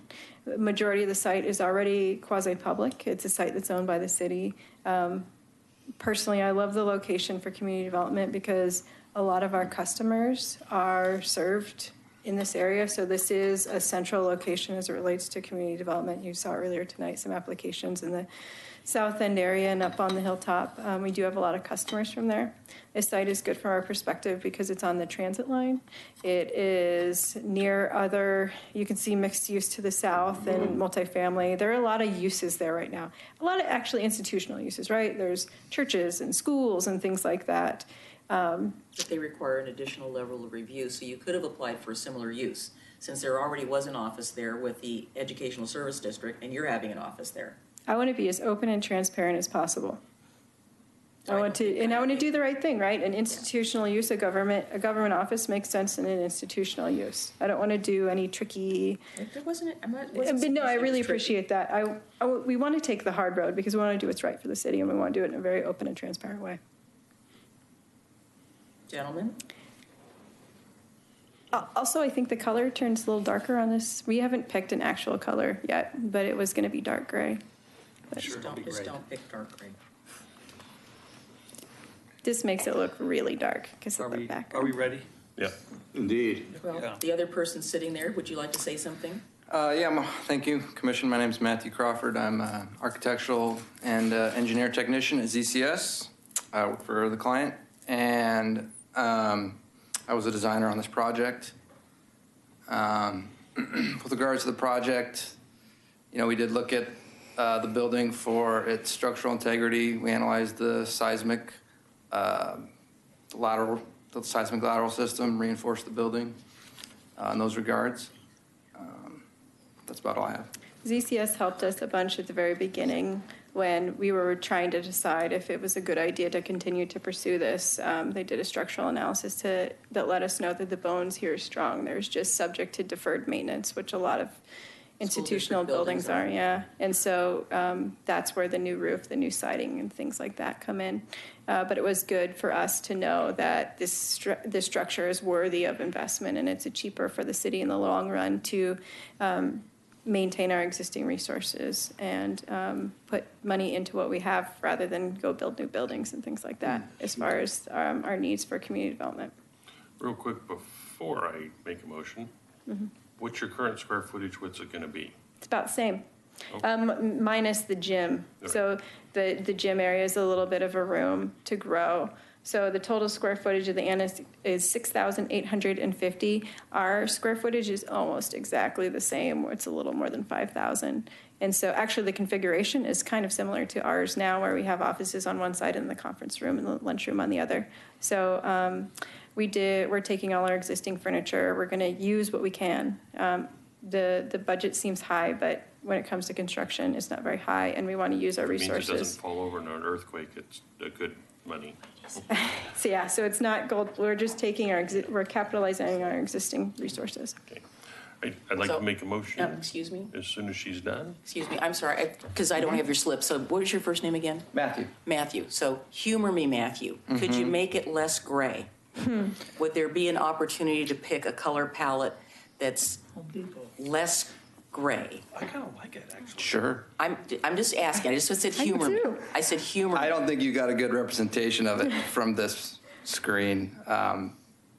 We have a color palette selected. Did you bring it with you? I did not bring it with me, no, but I'm meeting. it's something we're going to be discussing this week. Well, I would love to see it. And just to add to that, I'm a kind of a professional photographer. I mount pictures all the time for display out at Gresham City Hall. And we're encouraged with color photographs to use dark grays and blacks because it makes all the colors of the things pop, like the flowers they showed. So I kind of like the dark gray. Whatever, okay. Just want to remind everybody, it's not a criteria for approval. I already told you that I don't care. That's why I said humor me. So I'd like to move that we approve PZ 1701, ZZ 1704, and SP 17114. Second. Okay, there's been a motion and a second.